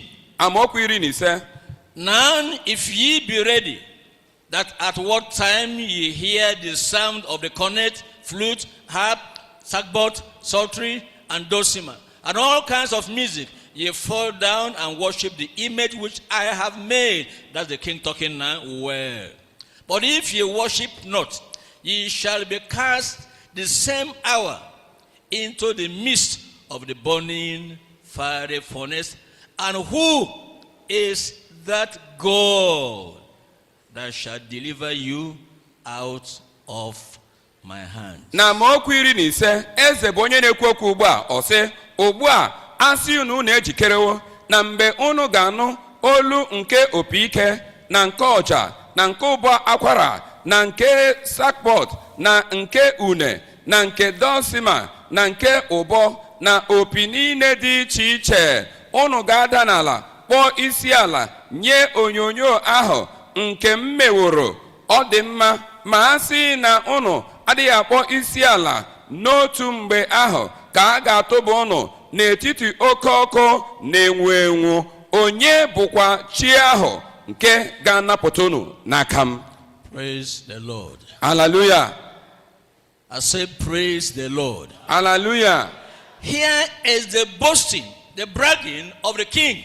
It says, who is that God able to deliver you out of my hands? Ka bụ mpako, ka bụ inyi isi ke sitere n'aka eze, o wee na-asị, onye bụ chi ahụ nke ga-anapụta unu n'aka m? God's response to challenges coming from unbeliever to show that he is the only God to be worshipped. Chineke na-azaghachi n'ịma aka ọbụla nke sitere n'aka ndị na-ekweghị ekwe, igosi na ya onwe ya bụ Chineke. That's the beginning, and that brings us to point number 1. Ha bụ mmalite nke na-eweta anyị n'isiokwu nta nke mbụ. Point 1, the baseless commands of disgruntled rulers for the righteous to fear. Nke mbụ bụ iwu e nyere na-enweghị isi sitere n'aka onye eze ahụ nke jọgburu onwe ya ke na-eweta iyi egwu. When rulers are disgruntled, mgbe ndị eze maọbụ ndị ọchịchị bụ ndị jupụtara n'ajọ omume, when rulers are in disagreement with the words of God, mgbe ndị ọchịchị na-enweghị njikọ aka n'ebe okwu Chineke nọ, they issue commands, ha na-enye iwu, baseless commands, iwu na-enweghị isi, commands that are based on nothing, iwu nke dabere na-enweghị ihe dị n'ime ya, only to show that I'm here, naanị na ịgwa gị na ọmụnwa na-achị ebe a, only to say I'm the one in charge. naanị na ịgwa gị na ọmụnwa bụ onye isi. No basis for that command. O nweghị ebe ọ gbara mgbọrọgwụ. That's rulers of the world, what they are used to doing. Ka bụ ndị ọchịchị nke ụwa ihe eji wee mara ha na ihe ha na-emekarị. They want to show you who they are, A na-achọ ịgwa gị onye ha bụ. and their reason is to make you fear. Ebumnobi ya bụ ka e wee weta iyi egwu n'ime gị. And in their fear, you want to drop righteousness. N'ime ịtụ egwu ahụ nke batara n'ime gị ka ị wee gbarapụ ndụ ezi omume. Before now, 2 weeks ago, have already listened to the message talking about freedom from fear. N'izu ụka abụọ gara aga anyị gere ozi nke na-asị nnwere onwe pụọ n'egwu. God has said you should not fear. Chineke asịwo atụla egwu. But the world wants you to be afraid. Mana ụwa na-achọ ka ịtụ egwu mgbe niile. Afraid of them. Ịtụ ha egwu. The world desires you to leave the worship of the true God and worship as they are worshiping. Ụwa na-achọ ka ị gbarapụ ofufe nke ezi Chineke ma fee ofe dịka ha onwe ha si efe. But those commands Mana iwu ndị ahụ are not to be obeyed by the righteous, o kwesịghị ka erube isi nye ya site n'aka onye ezi omume, because they are baseless n'ihi na ha bụ nke na-enweghị ebe ọ dabere, and they are coming from disgruntled rulers. ma ha si n'eze nke na-enweghị njikọ aka n'ebe okwu Chineke nọ na-achị And ọchịchị. such commands are not made for the righteous to obey. Iwu ndị dị etu a o kwesịghị ka onye ezi omume rube isi n'ebe ọ nọ. Praise the Lord. Hallelujah. Chapter 6 of Daniel. Daniel isi nke ise. I'm reading there, verse 13. Amaokwu 13 ka ọ na-agụ.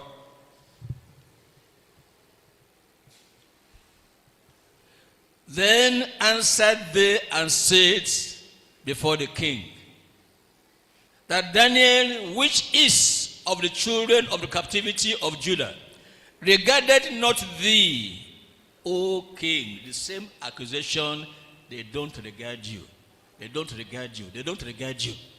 Ofu ebubo ahụ ha na-akọwa na enweghị ihe ha ji eze wee kpọrọ, ha dị anabata iwu inyere. Nor the decree that thou hast signed, but make it his petition 3 times a day. Na amaokwu 13, mgbe ha zara sị n'iru eze, Daniel onye bụ otu n'ime ụmụ ndị Juu emere ka ha jee biri n'ala ọzọ, ọ nụghị olu gị eze ma ọ bụ iso nso ahụ nke ikwuworo aha gị. When you are praying, you are very prayerful. Mgbe ị na-ekpe ekpere, somebody is going to be offended. Eleghị anya mgbe ị bụ onye na-ekpete ekpere, a ga-enwe onye ọ ga na-ewute. Somebody who believes he has rule over you. Onye chere na o nwere iche isi n'ebe ị nọ. It may be in the place of work. O nwere ike bụrụ n'ebe ị na-alụ ọrụ.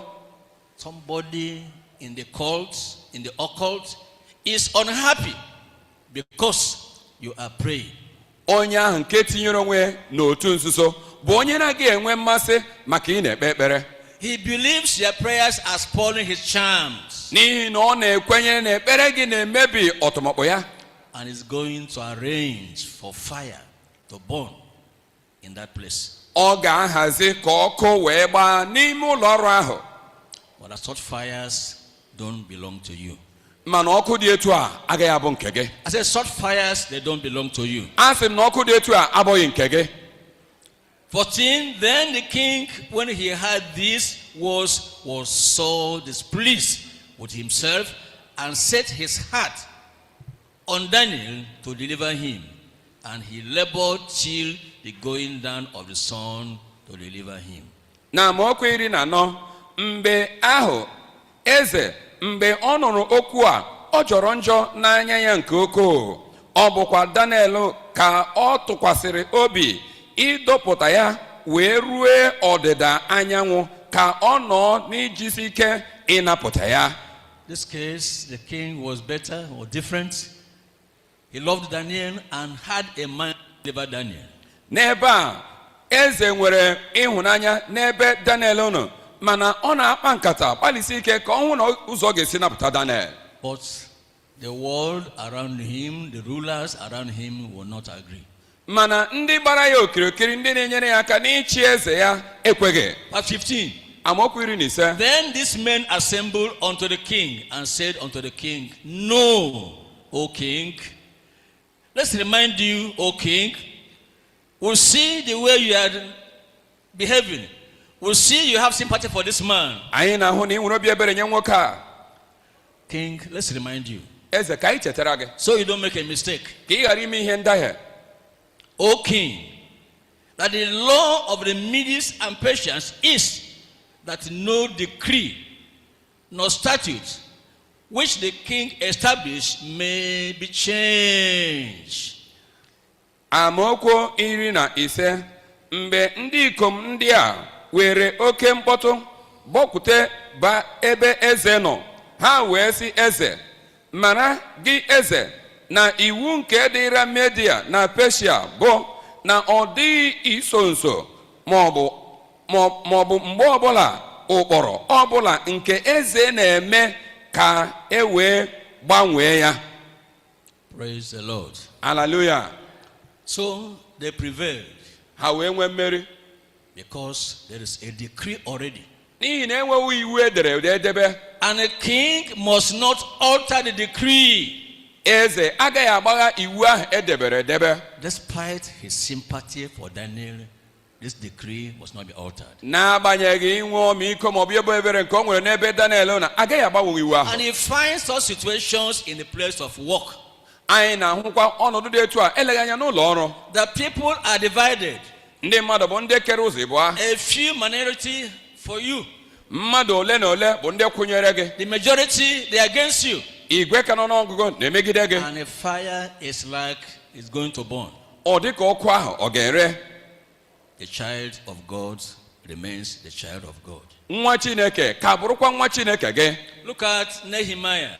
Lee akwụkwọ Nehemaya. Nehemiah, we're reading there in chapter 6. Nehemaya isi nke 6. Verse 1 to verse 9 only in English. Amaokwu nke mbụ ruo na nke 9 naanị na asụsụ Igbo ka ọ ga-agụ. Verse 1. Si nke mbụ. Now it came to pass when Sanballat and Tobiah and Geshem, the Arabian, and the rest of our enemies, that's who they are, heard that I had builded the wall and that there was no breach left therein, though at that time I had not set up the doors upon the gates. That Sanballat and Geshem sent unto me, saying, Come, let us meet together in some one of the villages in the plain of Ono. But they thought to do me mischief. They thought to do me mischief. Ha chere echiche ime m ihe ọjọọ. They are always mischief makers. Ha bụ ndị na-eme ihe ọjọọ. Who will be envious, Ndị na-enwe anya jealous ụfụ. over the good work that God is doing through you. Ha na-enwe anya ụfụ banyere ezi ihe a nke Chineke na-eme site n'ebe ị nọ. Who would not want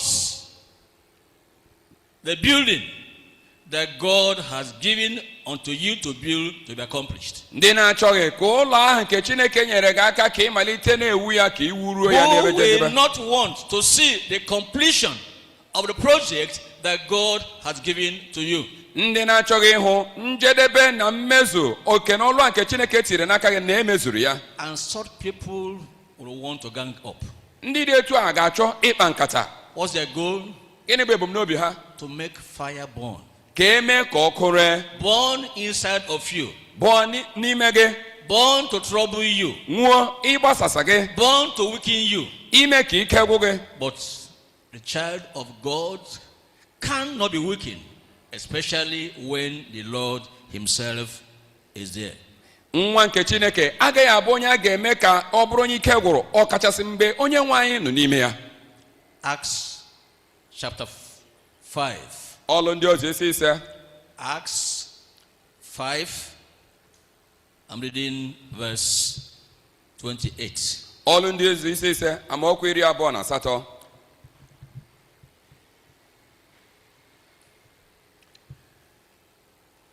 Saying, did not we straightly command you that ye should not teach in this name? And behold, you have filled Jerusalem with your doctrine, and intend to bring this man's blood upon us. Sị, anyị enyesighị unu ike ka unu ghara izi ihe n'aha nke a, ma lee unu ewerewo ozizi unu mejuo Jerusalem. Unu na-ezubekwa iweta ọbara nwoke a tụkwasị anyị n'isi. There are various instances of baseless commands which the rulers in the world want to bring to make the believer to fear. O nwere ọtụtụ ihe ngosi nke ihe nlereanya nye iwu ndị ahụ eze ndị ụwa na-enye nke na-enweghị ebe ọ dabere, nke na-eme ka onye kwere ekwe wee tụọ egwu. It could be the project of God in your hand, making progress, and some worldly rulers want it to stop. O nwere ike bụrụ ije ozi nke Chineke tinyere n'aka gị nke na-enwe agamniru, efu ndị ọchịchị nke ụwa achọ ka akwụsị ya. It could be your spiritual life that is obvious, very manifest in the place of business, that the people are saying this person thinks he's the only Christian, the only person praying, we want to deal with him. O nwere ike bụrụ ndụ nke ime mmụọ gị nke na-enwe agamniru ka ọtụtụ ndị bụ ndị gbara gị okirikiri na-asị na onye a na-eche na ọ bụ naanị ya bụ onye nke Kraịst, onye na-ekpesi ekpere ike, ha na-akpa nkata imegide gị. It could be that people want to stop you from preaching contrary to the command the Lord has given, that we should go into all the world and preach the gospel. O nwere ike bụrụ ndị na-achọ ịkwụsị gị maka ime nkwusa megidekwu nke onye nwe anyị kwuru, gaa n'ụwa niile kwusaa okwu Chineke nye ihe niile ekere eke. At such a time, N'oge dị ka mgbe ahụ, what kind of person should you be? kedu ụdị mmadụ ị ga-abụ? At such a time, N'oge dị ka mgbe ahụ, what will be your stand? gịnị ga-abụ ebe nguzo gị? Point number 2. Isiokwu nta nke abụọ. The bold confession and declaration of the righteous to the foes. Nkwupụta nke onye ahụ bụ onye ezi omume nye ebe ndị nzuzu nọ. You must show wherever you are and at every time that you are righteous. Ị ga-egosi n'ebe ọbụla ị nọ na ị bụ onye ezi omume. By making your confession bold. N'ime nkwupụta gị ka ọ bụrụ nke nwere nkwuwa okwu. By being bold enough to say who you are. Ị ga-enwe nkwuwa okwu ikwupụta onye ị bụ. And let your enemies, the foes against you, let them hear it. Ka ndị ahụ mere onwe ha onye iro n'ebe ị nọ ka ha nụ ya. You can't keep quiet. Ị gaghị emechi ọnụ gba nkịtị. Keeping quiet is to allow the fire to burn. Ọ bụ na ịgba nkịtị, ị na-enye ohere ka ọkụ ahụ gaa n'ihu The na-enwu. fire only burns when you are afraid. Ọkụ a ga-enwu naanị mgbe egwu na-atụ gị. Or when you have refused to fear. Mana mgbe ị ga-ajụ ịtụ egwu a, And you make your bold confession. ị wee mee nkwupụta nke nwere nkwuwa okwu. Your foes, your enemies will know that this one no be meat for chop. Ndị iro gị ga-amata na onye a abụghị anụ oriri. Praise the Lord. Hallelujah. I say praise the Lord. Hallelujah. Daniel chapter 3. Daniel isi atọ. Daniel 3. Daniel isi atọ. We are reading from verse 16. Na amaokwu 16 ka anyị na-agụ. Daniel 3. Daniel isi atọ. Verse 16. Amaokwu 16 through to 18. rue na nke 18. Shadrach, Meshach, and Abednego answered and said to the king, O Nebuchadnezzar, we are not careful to answer thee in this matter. If it be so, if you do as you have threatened, our God whom we serve is able to deliver us from the burning fiery furnace. And he will deliver us out of the hands, O king. But if not, in case he does not, be it known unto thee, O king, that we will not serve thy gods, nor worship the golden image which thou hast set up. Shadrach na Meshach na Abednego zara sị, Eze Nebukadneza, ọ dịghị anyị onwe anyị mkpa ịzaghachi gị okwu banyere nke a. Asị na ọ dị ụzọ ọbụla Chineke ahụ onye anyị onwe anyị na-efe pụrụ ịnapụta anyị.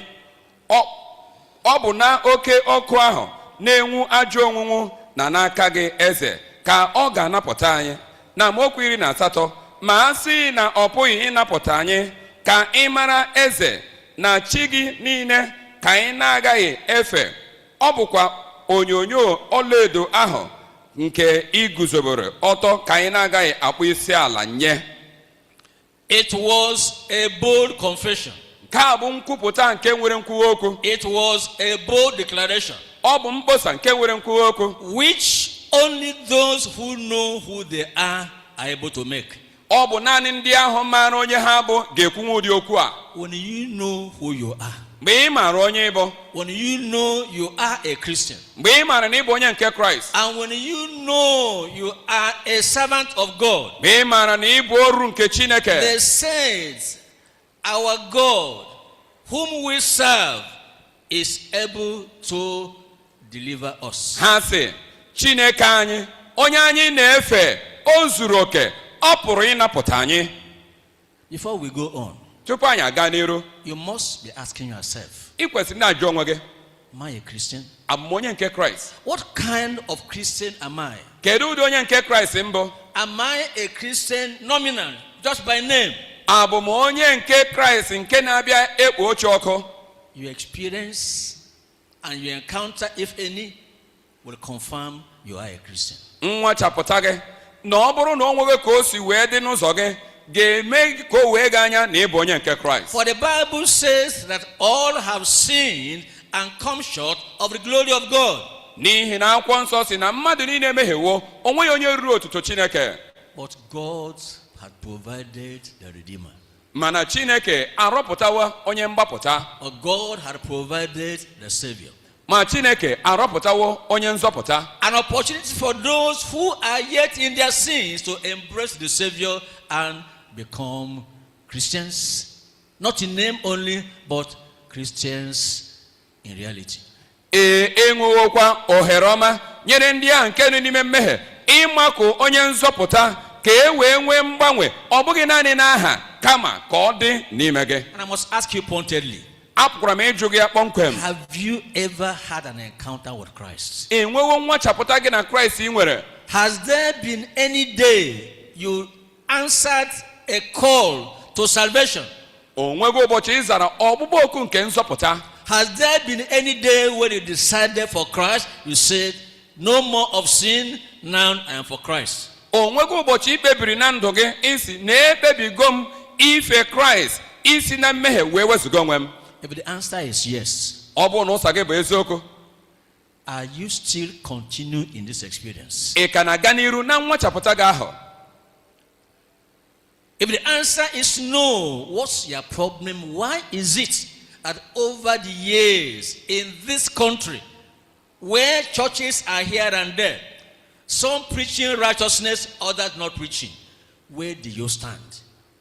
Gịnị ga-abụ mkpa gị n'ime obodo a anyị nọ n'ime ebe nzukọ gbasasịrị ebe niile ọ bụrụ na ọ bụ ezie na imebeghị ya ọtụtụ nzukọ na-ekwusa maka ezi omume nke Chineke ebe ndị ọzọ na-adị ekwusa gịnị bụ nsogbu gị mere na imebeghị ya? You can make this day the day of your salvation. Ị pụrụ ime taa ka ọ bụrụ ụbọchị nke nzọpụta gị. Because Christ is still saving sinners. N'ihi na Kraịst ka nọkwa n'ọlụ nke ịzọpụta ndị mmehie. The blood of Jesus Christ shed on Calvary is still washing sinners clean from their sins. Ọbara nke Kraịst wụsara n'obe Kalvarị ọ ka dịkwere ndụ ka dị n'ime ya ịsachapụ ndị mmehie pụọ na mmehie ha. Only those who have this encounter, this experience, can make such bold confession.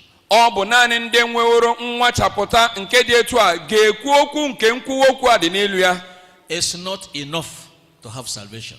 O zughị oke mmadụ inwe nzọpụta. It's important to serve God. Ọ dị mkpa ife Chineke ofe. We have salvation to enable us to serve God. Anyị na-enwe nzọpụta iji wee nyere anyị aka ife Chineke ofe. That's why they say the God whom we serve. Ọ ya mere ha ji wee sị Chineke nke anyị na-ekpere. They knew what was involved in serving God. Ha maara ihe niile dị n'ime ikpere Chineke. They knew what they were doing in the service of God. Ha maara ihe ha na-eme n'ebe ofe nke Chineke nọ. And you that say you are saved, Gị onye na-asị na-azọpụtago m. what are you doing with that salvation? Gịnị ka iji nzọpụta e nyere gị wee na-eme? Are you serving God? Ị na-efe Chineke ofe? Are you telling others of the power in the blood to save? Ị na-agwa ndị mmadụ ike nke dị n'ime ọbara ahụ maka ịzọpụta? Are you sharing testimony with people around you how you became a Christian? Ị na-akọ akụkọ ọgbụgba ama nye ndị gbara gị okirikiri etu isi wee bụrụ onye nke Kraịst? Those who profess born again, Dị na-ekwupụta na amụghị ọha ọzọ. and they do not declare God's words. Ha adịghị ekposa okwu Chineke. They do not share with others the love of God. Ha adịghị ekekọrịta oke n'ebe ndị ọzọ nọ n'ịhụnanya nke They do not Chineke. share with others the power in the blood of Christ to save. Ha adịghị ekekọrịta oke n'ebe ndị ọzọ nọ n'ike dị n'ọbara Kraịst n'ịzọpụta. They are not able to make this kind of bold confession. And Ndị declaration. dị etu a agaghị enwe nkwuwa okwu ikposa ụdị okwu a. And no wonder, the enemies are not afraid of them.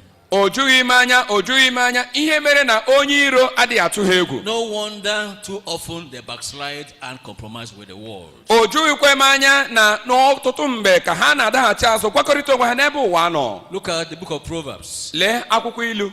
Proverbs 28. Ilu isi 28. I'm reading there in verse 1. Amaokwu nke mbụ ka m na-agụ.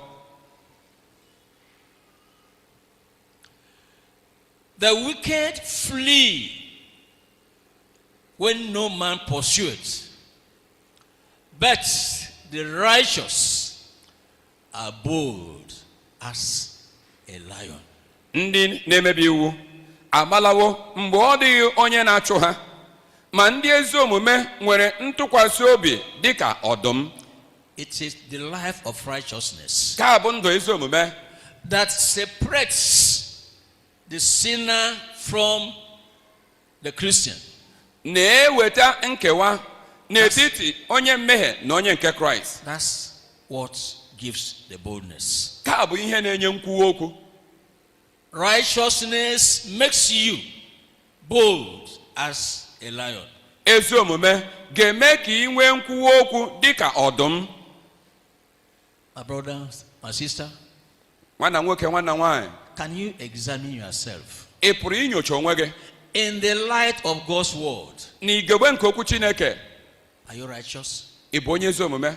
Are you any different from those who are in the world, in the marketplace where you are doing your business? E nwere ihe dị iche n'etiti ndị gị na ha bi na yard ma ọ bụ ebe ị na-azụ ahịa? Or you are just a Christian by name? Ọ bụ naanị na ị na-azụ onye nke Kraịst n'aha?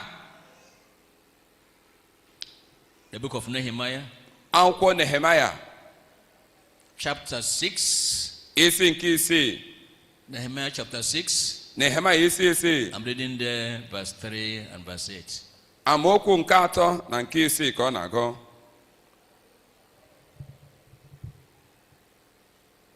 From verse 1, you will read of the threats of enemies who are unhappy with the progress of the building project which Nehemiah and his team were carrying out.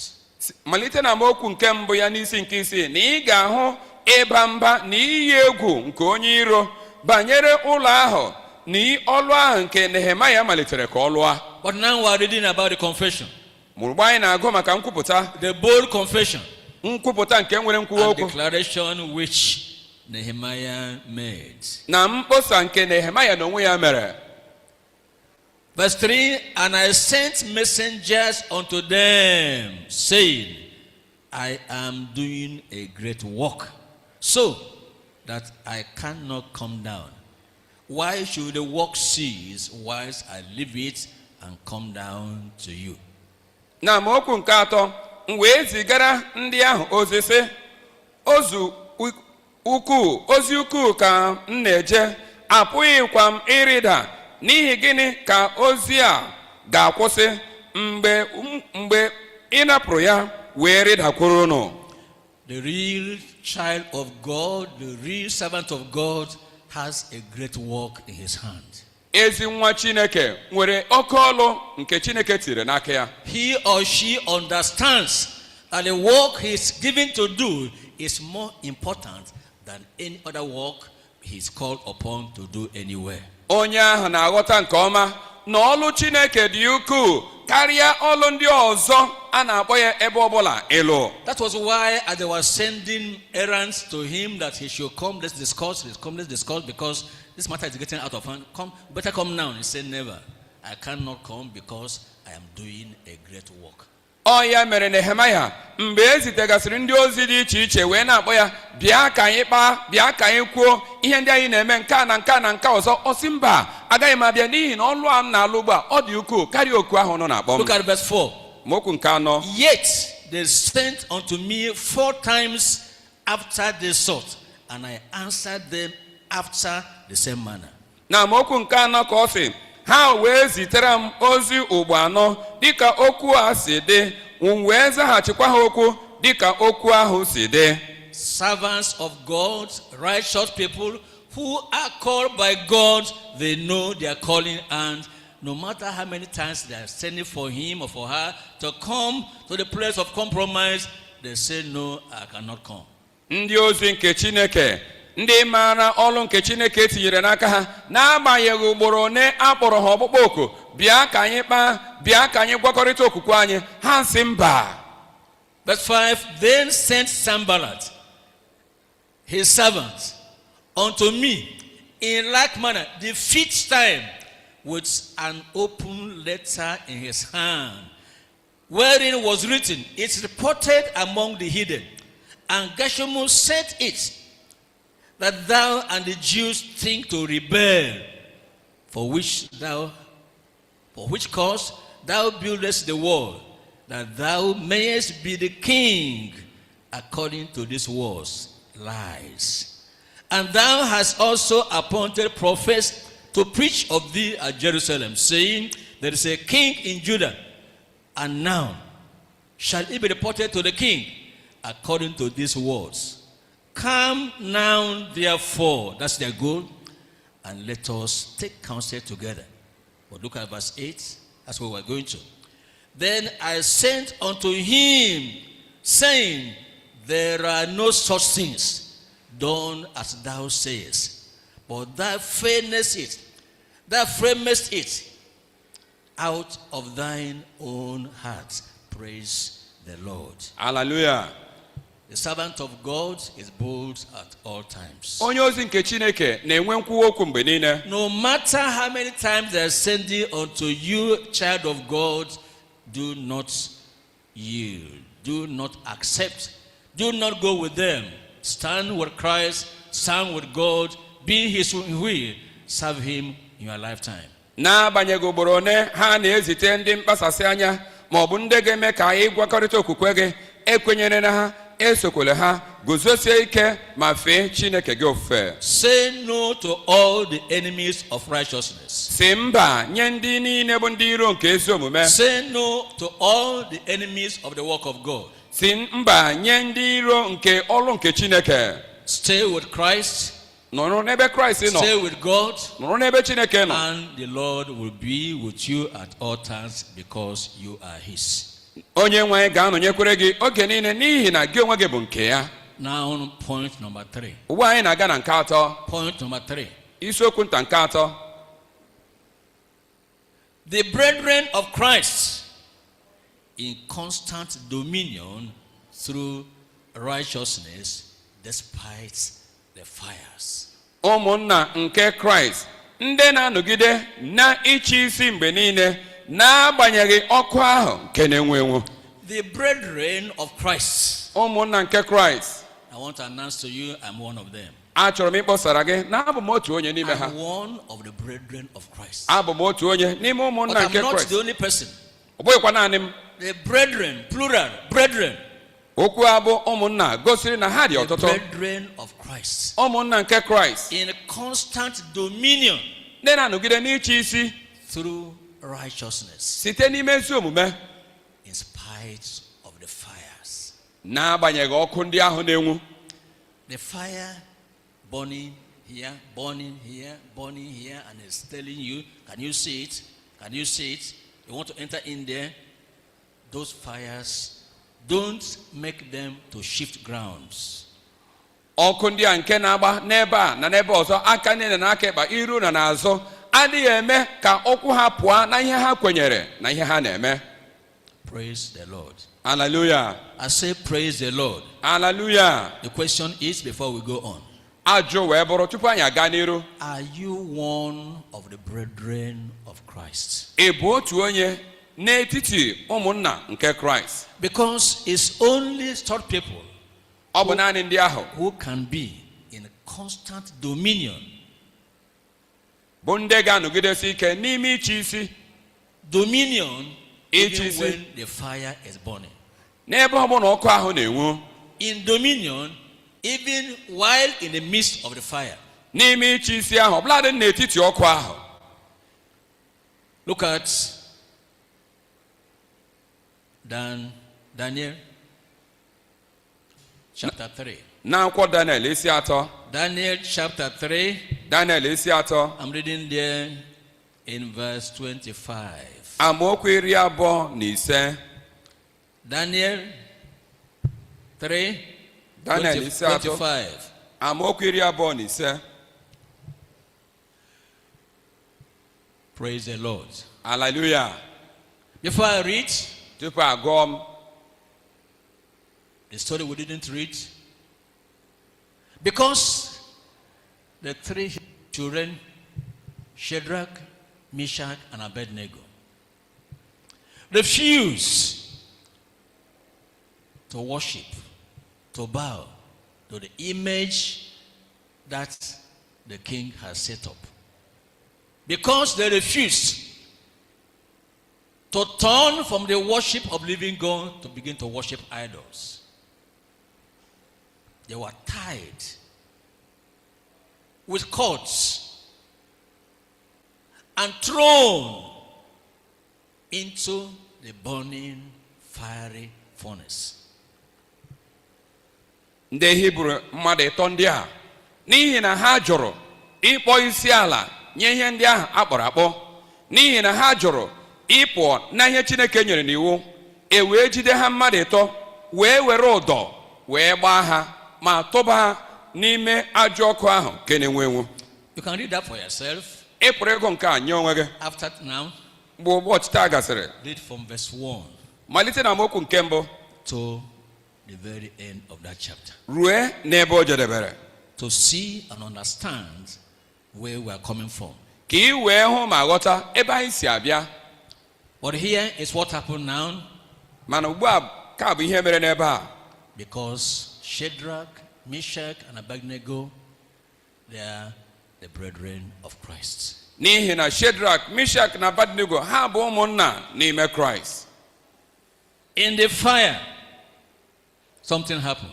N'ime ọkụ ahụ o nwere ihe mere, And this was the testimony of the king himself, the one who occasioned their being cast into the fire. Ka bụkwa ọgbụgba ama nke eze bụ onye nyere iwu ka atụba ha n'ime ọkụ ahụ. And I want to tell you, Achọrọ m ịgwa gị, your enemies will give testimony of what God has done for you in Jesus' name. na ndị iro gị ga-enye akụkọ ọgbụgba ama ihe Chineke meworo na ndụ gị.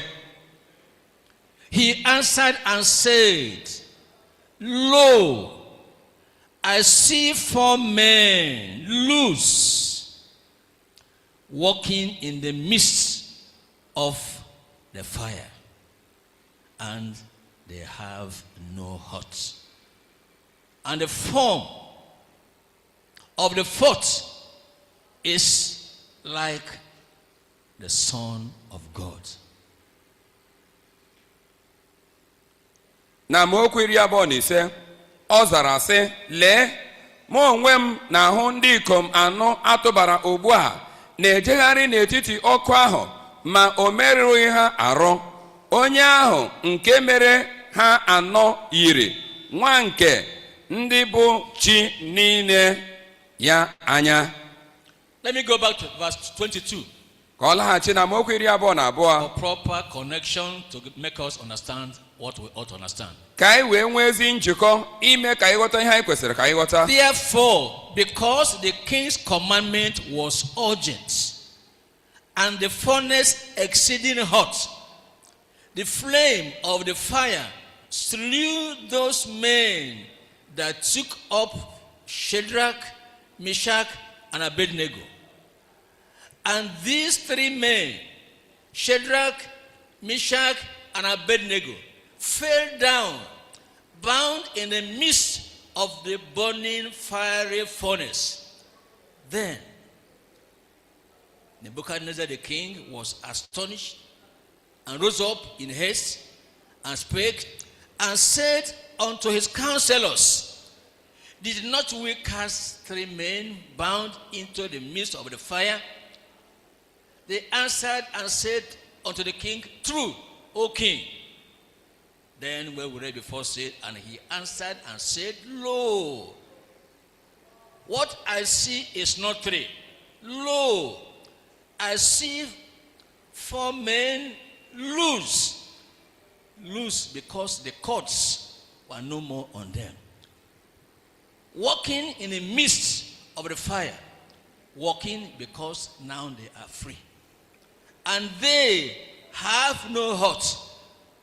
The burning furnace didn't hurt them, and the form of the 4th is like the Son of God. Praise the Lord. Hallelujah. I say praise the Lord. Let me tell you something. Ka m gwa gị ihe. If you are one of the brethren of Christ, Ọ bụrụ na ị bụ otu onye n'etiti ụmụnna nke Kraịst, if you find yourself at any time ọ bụrụ na ị chọpụta onwe gị n'oge ọbụla in the midst of any form of burning fiery furnace, n'etiti ajọ ọkụ ahụ nke na-enwu enwu, because of your identity, n'ihi ejirimara gị, a brother, nwanna a nwoke, sister nwanna nwaanyị, unto Christ, bịakwute Kraịst, serving the Lord, ife onye nwaanyị, when you are praying, mgbe ị na-ekpe ekpere, as you are praying dịka ị na-ekpe for divine intervention, maka ịgbata ọsọ enyemaka, when you see the fire burning mgbe ị hụrụ ọkụ ahụ ka ọ na-enwu, and they are about to carry you in there, a na-achọ ka atụba gị n'ime ebe ahụ, and you are praying, ị na-ekpe ekpere, God does not send somebody, an angel, to represent him there. Chineke ezitaghị ọbụladị mmụọ ozi ịnụchite anya ya ebe ahụ. He does not send somebody O nweghị onye o zitere to go and give you a message. ị wetara gị ozi, He comes there by himself. ọ ga-abịa ebe ahụ n'onwe ya. Did you hear me? Ị nụrụ ihe m kwuru? I said, did you hear me? A sị m na ị nụrụ ihe m kwuru. I said, he does not send somebody there to come and do what he should have done. O nweghị onye o zitere ka ọ bịa mee ihe o kwesịrị ka o mee. Is going to be there in person. Mara nke ọma na ya onwe ya ga-ejizi ụkwụ ya wee He's bịa. going to be there in person. Ọ ga-eji ụkwụ ya wee bịa The n'onwe ya. king saw him. Eze hụrụ ya. He say the fourth person ọ sị na onye nke ịnọ will cast in three persons. mmadụ ịtọ ka anyị tụbara n'ọkụ a But there are four. mana ugbu a ha dị ịnọ.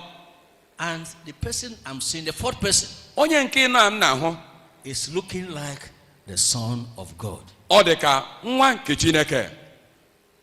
And they were amazed. O wee ju ha anya. Once again, Ọzọ, your enemies will be amazed at what God will do for you. ọ ga-eji ndị iro gị anya ihe Chineke ga-emere gị. I like your amen. Yes, I like your amen. Emem gị na-adị ya mma. Praise the Lord. Praise the Lord. Praise Hallelujah. the Lord. Hallelujah. My point is, Ihe m na-ekwu bụ nke a. while you are saying amen, Dịka ị na-eti emem, I like it. ọ dị m mma. But I would like it the more Ọ ga-adị m mma karịa if the amen is coming from the brethren of Christ. ọ ga-adị m mma karịa ma ọ bụrụ na ememe a si n'etiti na n'obi ndị bụ ụmụnna nke Kraịst wee From na-apụta. people who are sure they have no doubts, they know they belong to Christ. Site n'aka ndị ahụ bụ ndị na-enweghị obi abụọ, ha maara na ha bụ nke Kraịst. That's what guarantees answers to our prayers. Nke a bụ ihe na-enye owuwe anya maka ọsịsa ekpere. Some say amen. Ọtụtụ na-asị amen. I don't mean you. Anaghị m ekwu maka gị. Some say amen. E nwere ndị na-asị And when we pray, mgbe ị kpere ekpere they have no testimonies. ị nweghị akụkọ ọgbaama. But this morning, N'ụtụtụ a I'm expecting you will have testimonies. ana m atụ anya na ị ga-enwe akụkọ ọgbụgba ama. I'm expecting that you will have testimonies. Ana m atụ anya na ị ga-enwe akụkọ ọgba ama. Because you are certain about it that you are one of the brethren of Christ. N'ihi na ị na-egosipụta onwe gị na ị bụ otu onye n'etiti ụmụnna nke Kraịst. And your testimony is that of constant dominion despite the fire. Ọgbụgba ama gị ga-abụ ịchị isi nke ga-adịgide n'agbanyeghị ajọ ọkụ ahụ na-enwu enwu. Because you are living the life of righteousness. N'ihi na ị na-ebi ndụ nke ezi omume dị n'ime ya. Righteousness. Ezi omume. Righteousness. Ezi omume. That's the life of Christ. Ka bụ ndụ nke The Kraịst. life of obedience to everything that has to do with the will of God. Ibi ndụ nke nrube isi nye ihe ọbụla nke metụtara uche Chineke. Look at the evidence of their dominion. Lee ihe nlereanya nke ịchị isi ha. The cords that they were tied with, Ụdọ eji wee gbaa ha. they were burnt. Ọkụ wee rechapụ ya. The men, Ndị ikom, mighty men ndị dị ukwuu, in Nebuchadnezzar's army. bụ ndị agha nke Nebukadneza. Look at that. Chapter 3, Isi 3, where we read before, bụ ebe anyị gụburu na mbụ. but now we are reading verse 20, Na amaokwu 20 ya 22. na ya nke 22. And he commanded the most mighty men that were in his army to bind Shadrach, Meshach, and Abednego, and to cast them into the burning fiery furnace. Na Verse 21. Then these men were bound in their coats, their hosen, and their hats, and their other garments, and were cast into the midst of the burning fiery furnace. Items that could readily burn, that could catch fire with ease, they were on them. And yet, the fire couldn't catch them. ọtụtụ ihe na-enwu ọkụ na ihe na-agba ọkụ ka e wee kekọta ha n'arụ ka ha wee nwee ike wee nwuo ọkụ ọsịsọ ma etu ọ dị ọkụ a ereghị ha. Look at verse 22 now. Amaokwu 22 ugbu a. Therefore, because the king's commandment was urgent, and the furnace exceeding hot, ọ na-enwu ọkụ. the flame of the fire killed those men that took up Shadrach, Meshach, and Abednego. The men were not in the fire. ndị ikom ndị a anọghị n'ime ọkụ ahụ. Just because they had to come near to throw them. N'ihi na ha bịara nso ịtụba mmadụ n'ime ọkụ. The heat of the furnace destroyed the men who threw them in. Okpomọkụ nke si n'ime ọkụ ahụ wee na-apụta n'iru ọkụ a wee repịa ndị tụbara mmadụ n'ime ọkụ. While the men in the fire itself, they had no hurt. Ma ndị etinyeziri n'ime ọkụ o nweghị ihe mere ha. What is that? Gịnị ka nke a bụ? It's a miracle. Ọ bụ ihe ịrịba ama. And this morning, N'ụtụtụ a, you are in for a miracle. ịnụ maka ihe ịrịba ama gị. I said this morning you are in for a miracle. Asị m n'ụtụtụ a ịnụ ebe a maka ihe ịrịba ama gị. Amen. Amen. Look at Acts 28. Ọlụ ndị ozi isi 28. Acts 28. Ọlụ ndị ozi isi 28. I want to read from verse 1 Ọ chọrọ ịgụ na amaokwu nke mbụ to verse 5. ruo na amaokwu nke ise. And when they were escaped, then they knew that the island was called Melita. Barbarous people showed us no little kindness, for they kindled a fire and received us everyone because of the present rain and because of the cold. And when Paul had gathered a bundle of sticks and let them on the fire, there came a viper out of the heat and fastened on his hand.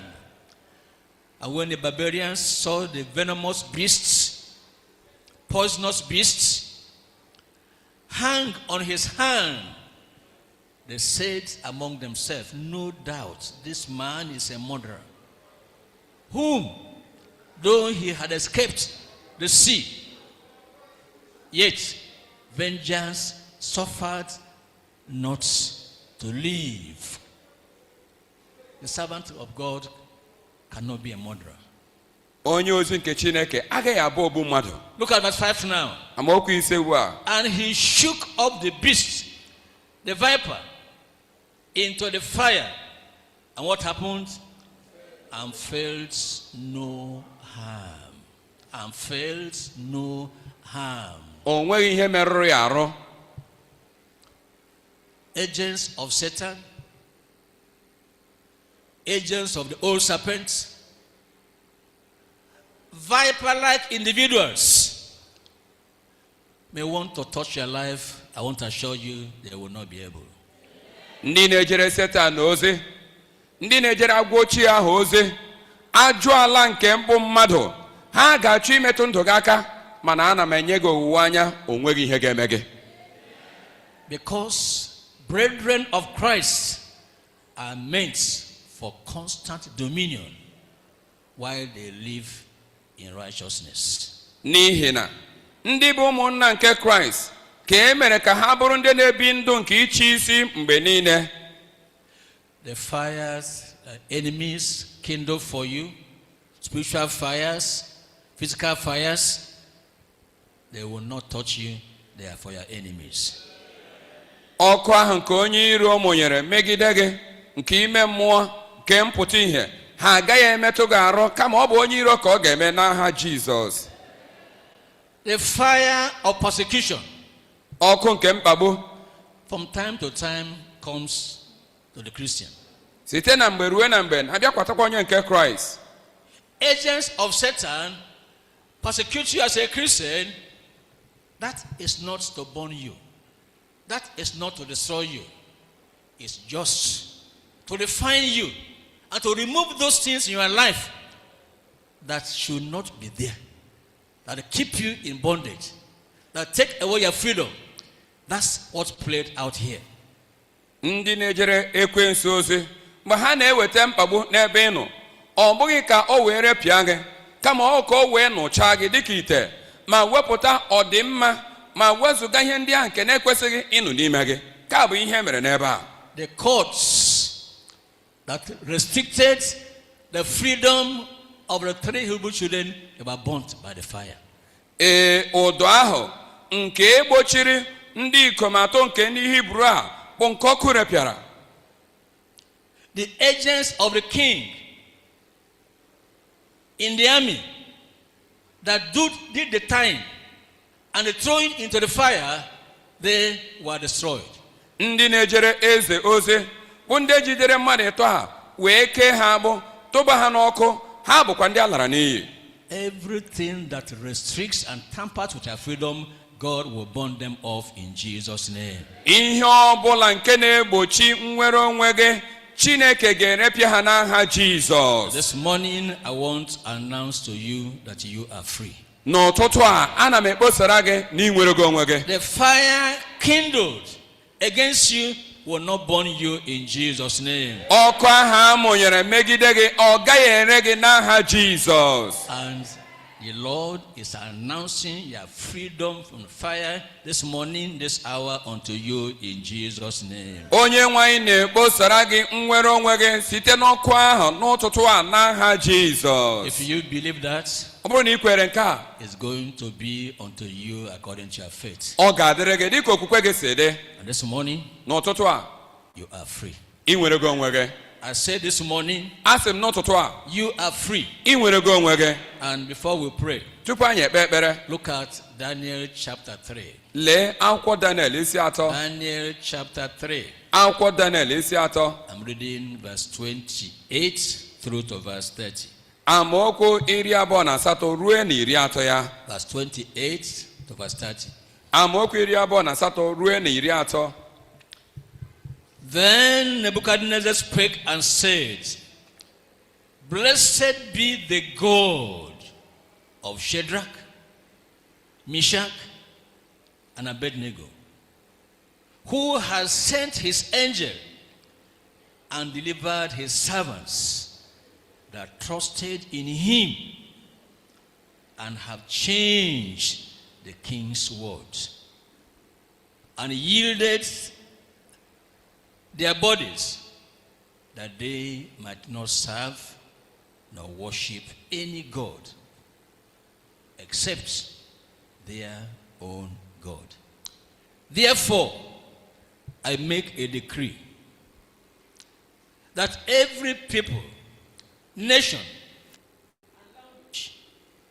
which speak anything amiss against the God of Shadrach, Meshach, and Abednego shall be cut in pieces, and their houses shall be made a dunghill, because there is no other God that can deliver after this sort. Praise the Lord. Hallelujah. Then, verse 30, the king, what did he do? Promoted Shadrach, Meshach, and Abednego in the province of Babylon. Praise the Lord. Hallelujah. I say, praise the Lord. Hallelujah. Your promotion has come. Mbuli elu ga-abịawo. I say, your promotion has come. Asị m na mbuli elu ga-abịawo. And your enemy is the one going to announce that promotion. Ọ bụkwa onye iro gị bụ onye ga-ekposa mbuli elu gị a. Don't get me wrong. Don't get me wrong. Aghọtaghịla m o. Don't allow your enemies to announce your promotion Ekwekwala ka onye iro gị kposaa while mbuli elu gị. you are quiet. Ebe gị onwe gị na-emechi ọnụ. The enemy of these servants of God Ndị iro nke ndị a na-ejere Chineke ozi had to do that. ha mere nke a. The promotion really, Mbuli elu ahụ he was not behind it. ọ bụghị na ọ bụ onye kwụ n'azụ ya. Who was behind it? Onye ndụ na-arụ ya. The one that they were serving. Chineke bụ onye ahụ ha na-efe. So when you are one of the brethren of Christ, Mgbe ị bụ otu onye n'etiti ụmụnna nke Kraịst, living a life of righteousness na-ebi ndụ nke ezi omume, and living in dominion, na-ebikwe ndụ n'ime ịchị isi, expect that dominion na-atụ anya ịchị isi ahụ. Disregard the fire. Gbahapụ ọkụ na-enwu enwu. Understand the fire was to remove the things binding you, keeping you limited in what you should do for God. Mata nke Go and shine for God. And then the promotion comes. Promotion comes. mbuli elu ewe bịa. Promotion comes. Mbuli elu ewe bịa. While we are in the service of God, despite the fire burning around us. Mbuli elu na-abịa mgbe anyị na-anọ n'ije ozi n'ife Chineke ofe n'agbanyeghị ọkụ ndị agbara anyị gburugburu. And the Lord says, Onye nwaanyị wee sị, I'll end with this. m ga-eweta na njedebe n'ebe ha. Matthew chapter 28. Akwụkwọ Matu isi 28. Verse 19 and 20. Amaokwu 19 na nke 20. I read verse 18. Ọ na-agụ malite na amaokwu nke 18. And Jesus came and spake unto them, saying, All power is given unto me in heaven and on earth.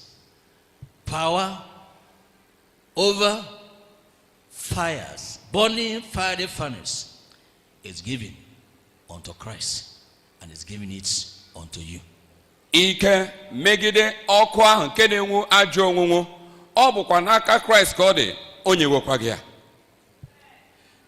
Things that were tying you down before, they are taken away by the power of our elder brother, Jesus Christ, the righteous one. Ihe ndị ahụ nke kedere gị na mbụ na ịdịghị enwere onwe gị, ọ bụrụ okwu nke erepịara site na onye ahụ bụ diọkpara anyị bụ Jesus Christ. It's the one announcing your freedom. Ya bụ onye na-eme mkpọsa maka nwere onwe gị. It's the one telling you, look at yourself. Because are no more there. N'ihi na ịnụghị ebe ahụ. The cords telling you they're no more there. Abụmọnụ ndị ahụ kedoro gị adịghịzi ebe ahụ. Is the one with you in the fire and is the one saying, let's walk around. Onye bụ onye gị na ya nọ n'ime ọkụ ahụ nke na-enwu enwu, ọ na-asị gị ka anyị jegharịa n'ime ya. When you know he is there, mgbe ị maara na ọ nọ ebe ahụ ị nọ, walk around with him. soro ya jegharịa. Go around with him. Soro ya gagharịa. Ignore the fire you think is burning. Gbarapụ ma jụọ ọkụ ahụ nke ị chere na ọ na-enwu. What does it mean? Gịnị ka ọ pụtara? It says, go ye therefore. Ọ sị gaa. Demonstrate that freedom. Gosipụta nwere onwe gị. Demonstrate the presence of the fire. Gosipụta mpụta ihe nke ọkụ ahụ. Demonstrate that I am there. Gosipụta na anụkwa m ebe ahụ. Yes, the fire is there. Ee, ọkụ ahụ na-enwu. But Christ is there also. Ma Kraịst soro m n'ụdị ebe ahụ. And the one there with you in the fire Dịka ọ nọnyere gị ebe ahụ n'ọkụ is the ahụ. one saying, go ye therefore. Ọ sị onye onwe ya na-asị gị ya mere gaa. Don't stay in one place. Anọ n'otu ebe. Don't stay where you are. Anọ n'ebe ahụ ị nọ. Go to the place of business. Gaa n'ebe ị na-azụ ahịa. Go to the place of preaching. Gaa n'ebe nkwusa gị. Go to where he's sending you. Gaa n'ebe ọ na-eziga And gị. he says, go ye therefore Ọ sị gaa and teach all nations. na-ezi mba niile. Preach in all nations. Kwusaa na mba niile. Preach everywhere. Kwusaa ebe niile. Baptizing them in the name of the Father and of the Son and of the Holy Ghost. Na-eme ha baptizim baa n'aha nke nna na nke m. Teaching them to observe all things Na-ezi ha ka ha ghọta ihe niile. whatsoever I have commanded you. Ihe niile nke m nyere unu n'iwu. And lo, Ma lee. and lo, Ma lee. I am with you always. Mụ onwe m nọnyere unu ụbọchị niile. I am with you always. Mụ onwe m nọnyere unu ụbọchị niile. The Lord is announcing his presence with you always. Onye nwaanyị na-ekposa nnọnyere ya n'ebe ị nọ mgbe niile. Always means always. Mgbe niile bụ mgbe niile. Always means in the midst of fire also. Mgbe niile pụtakwara n'etiti ọkụ ahụ. Wherever you are as a righteous person, Ebe ọbụla ị nọ dịka onye ezi omume. serving the Lord with all your heart, Ị were obi gị niile na-efe Chineke ofufe. the Lord is there with you. Onye nwaanyị nọ ebe ahụ. The Lord is there with you. Onye nwaanyị nọnyere gị ebe And it ahụ. says, even unto the end of the world. ọ sị ọbụladị ruo ọgwụgwụ nke oge a. And Jesus Christ himself says, Amen. Jesus Christ n'onwe ya wee tie amen. He says, I have said it. Ọ sị na ekwuwo m ya. So is it going to be. Etu a ka ọ ga-adị. Without contradiction. Na-enweghị mgbasị ọbụla. It cannot be altered. Apụghị ịjụ ya ajụ. Nobody can change it. Enweghị onye ga-agbanwe ya. And if this morning ọ bụrụ na ụtụtụ a you believe the word of God, na ị kwenyere okwu Chineke, this last command of the Lord, okwu ikpeazụ a nke onye nwanyị if you kwuru, believe it, ọ bụrụ na ị kwere ya, then it's going to be unto you ọ ga-adịrị gị according to your faith. dịka okwukwe gị si dị. That is because you believe all I have said so far, Na ị kwere ihe niile anyị kwuru, that you are free. na ị bụrụ onye nwere onwe gị. Though the fire is there, Ọ bụ ezie na ọkụ ahụ na-ere, the courts are no more there. abụmọnụ ahụ adịghịzi, Your enemies, they are no more there. ndị iro gị adịghịzi ebe ahụ. But Jesus Christ is there with you. Ma Jizọs so gị nọdụ ebe ahụ. And this morning, N'ụtụtụ a, the Lord is going to hear your prayers. onye nwe anyị ga-anụ arịrịọ ekpere gị. The Lord is going to hear your prayers. Onye nwe anyị ga-anụ arịrịọ ekpere gị. And you're going to testify. Ị ga-agba ama. I said, you are going to testify. Asị m na ị ga-agba ama. Because your testimonies are for the glory of God. Maka akụkọ ọgbụgba ama gị ga-abụ maka otuto nke Chineke. What the Lord does, Ihe onye nwe anyị na-eme, let your enemies know he has done it. ka ndị iro gị mara na o mego ya. Let your friends know he has done it. Ka ndị enyi gị mara na o mego ya. Let the world know Ka ụwa mara the Lord is with you, na onye nwe anyị nọnyere gị even in the fire, n'ime ọkụ, and you belong to him. Nobody can contradict it. na ị bụ nke Chineke, o nweghị onye ga-emegide okwu ahụ. And it's going to come to pass Ọ ga-abịa na mmezu, because now we are going to pray. maka na ugbu a anyị ga-ekpe ekpere. Praying to the living God, Ikpe ekpere n'ebe Chineke dị ndụ who nọ, has promised to answer all your prayers. bụ onye kwere nkwa ịza arịrịọ ekpere gị niile. Are you ready? Ị dị njikere? I said, are you ready? Asị m na ị dị njikere? Rise on your feet, Kwụrụ ọtọ n'ụkwụ gị. and then we are going to pray. Anyị ga-ekpe ekpere. You are going to pray. Gị onwe gị ga-ekpekwa ekpere. Stand on your feet. Kwụrụ ọtọ n'ụkwụ gị. Lift up your voice. Welie onu gị enu. As you look up to heaven, Dịka ị na-elekwasị eluigwe anya, let God hear your voice. ka Chineke nụ arịrịọ Let ekpere God gị. hear your request. Ka Chineke nụ arịrịọ gị. While you expect an answer Dịka ị na-atụ anya maka ụsa, every prayer you make maka ekpere ọbụla ị ga-ekpe, in line with the word of God. n'usoro nke okwu Chineke, Because what he did of old, he will do even today. maka ihe o mere n'oge mgbe ochie, ọ ga-emekwa ya taa. He is the living God. Ọ bụ Chineke dị ndụ, The same yesterday, the same today. etu ọ dị ụnyaahụ, etu ọ dị taa, etu ọ dị mgbe niile.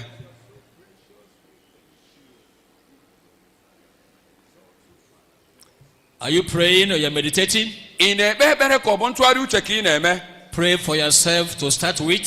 Kpeere onwe gị ekpere na mmalite. Reassure yourself you are one of the brethren of Christ. Weta owuwe anya nye onwe gị na ị bụ otu onye n'ime ụmụnna nke Kraịst. What's your testimony? Gịnị bụ aka ọgba ama gị? Current testimony of your salvation Aka ọgba ama dị ọhụụ maka nzọpụta gị, that assures you are one of the brethren of Christ, nke na-enye gị owuwe anya na ị bụ otu onye n'etiti ụmụnna nke Kraịst. ready for promotion. Onye na-adị njikere maka mbuli elu. Ready for promotion. Onye na-adị njikere maka mbuli elu.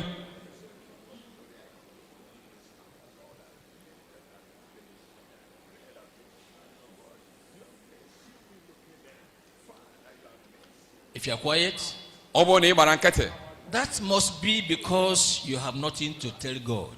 ọ ga-abụ na o nweghị ihe ị nwere ịgwa Chineke.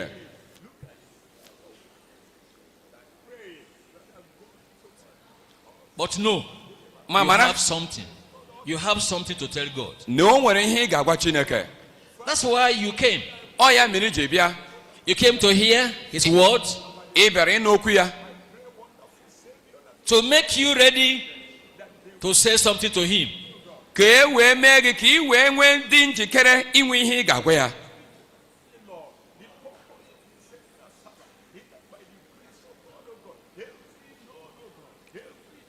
Christians are saved from sin. They sin not. They have no desire to live in sin anymore. Those are Christians. Ndị nke Kraịst bụ ndị a zọpụtara n'ime mmehie, ha adịghị enwe ọchịchọ na mmasị nke ịga n'iru ime mmehie ọzọ. Ndị a bụ ndị nke Kraịst. The sin you committed yesterday, mmehie ndị mere ụnyaahụ, shows you have need of salvation. ọ na-egosi gị na mkpa nzọpụta dị gị. The lie you told last week asị ahụ nke ị sịrị n'izu ụka gara aga, shows you have need of salvation. ọ na-akọwara gị na nzọpụta dị gị mkpa.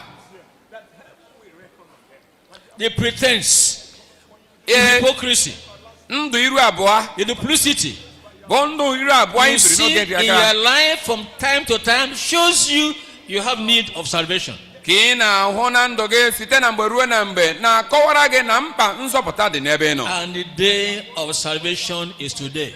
ụbọchị nke nzọpụta ahụ bụkwa taa. Your day of salvation is this morning. ụbọchị nke nzọpụta gị bụkwa n'ụtụtụ a. To make you fit to ask from God and get answers. ka ị wee bụrụ onye ga-etozu oke ịrịọ n'ebe Chineke nọ na inweta ụsa. To make you live in dominion despite fire burning around you.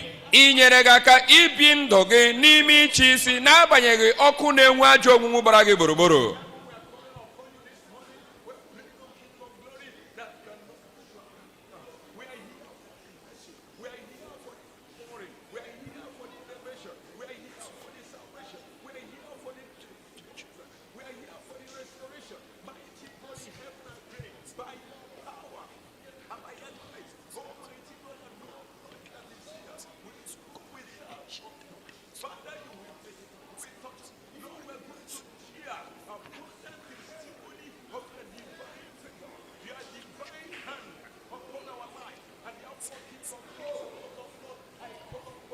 In Jesus' name we pray. anyị kpere n'aha Jizọs. Listen to this. gee ntị. Joshua chapter 1 verse 5. Joshua isi mba amaokwu ise. There shall no man be able to stand before thee all the days of thy life. agaghị enwe mmadụ ọbụla nke ga-eguzo n'iru gị ụbọchị niile nke ndụ gị. As I was with Moses, so I will be with thee. dị ka m nọnyere Moses, etu a ka m ga-anọnyere gị. I will not fail thee nor forsake thee. m gaghị agharịpụ gị, m gaghị ajụkwa gị. That's the assurance the Lord gave to Joshua. ka bụ owuwe anya nke Chineke nyere Joshua. The same assurance he's given to you. otu owuwe anya ka ọ na-enye gị. Therefore pray. ya mere kpee ekpere. Pray and lay hold on this assurance. jidesie owuwe anya ike na ekpere gị. And it's going to be with thee. ọ ga-adịrị gị. It's going to be your portion. ọ ga-abụ oke nke gị. Blessing will be upon you. ngọzi ga-abụ nke gị. Now you can pray. ugbu a ị pụrụ ikpe ekpere. Now you can pray. ugbu a ị pụrụ ikpe ekpere. The Lord is present with you. The Lord is here with you. The Lord will follow you home. onye nwe anyị nọ mpụta ihe ya nọ ebe a, ọ ga-esokwe gị wee ruo na be gị. It's going to do you good. ọ ga-eme gị mma.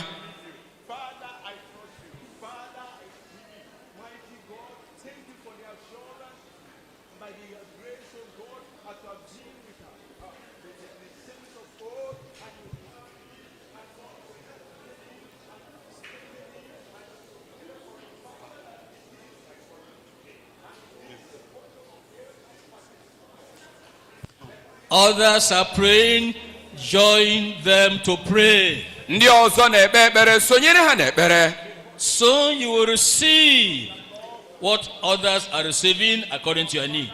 ka ị wee nata ihe ndị ọzọ na-anata dịka mkpa gị onwe gị si wee dị. You are not a spectator.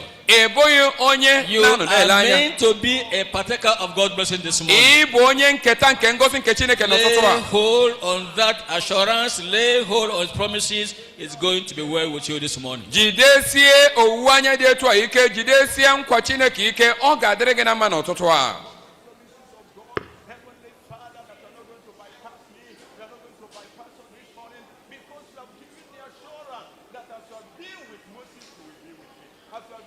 In Jesus' name we pray. Jesus. Psalm 91. Listen to this. Verse 3.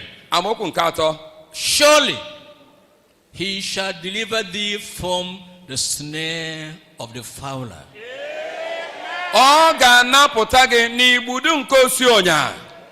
And from the noisome pestilence. He shall cover thee with His feathers. And under His wings shalt thou trust. His truth shall be thy shield and buckler. Verse 5. Thou shalt not be afraid for the terror by night, nor for the arrow that flieth by day.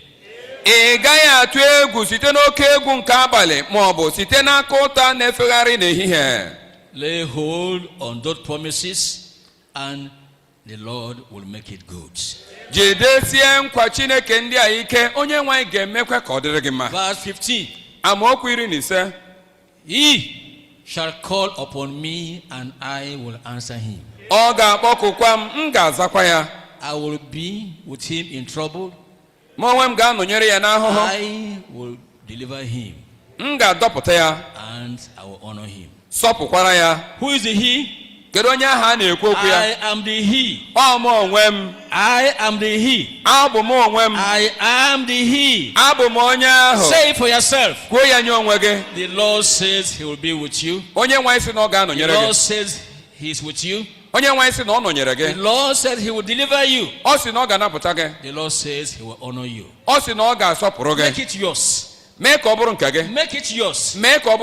Make it yours. The promises of God are in Him, yea, and in Him, amen. Pray, brother. Pray, sister, and receive. This morning you are going home with testimony. This morning the Lord is giving you His testimony. This morning is going to be well with you. You have a testimony this morning. You have testimony this morning.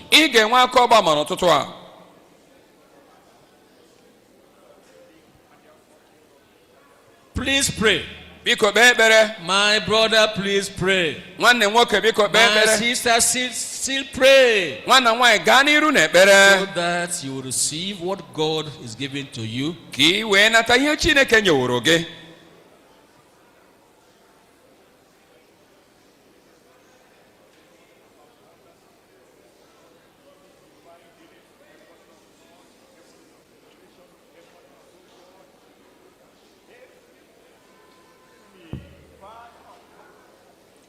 Listen to this. 2 Timothy 4. Look at verse 17.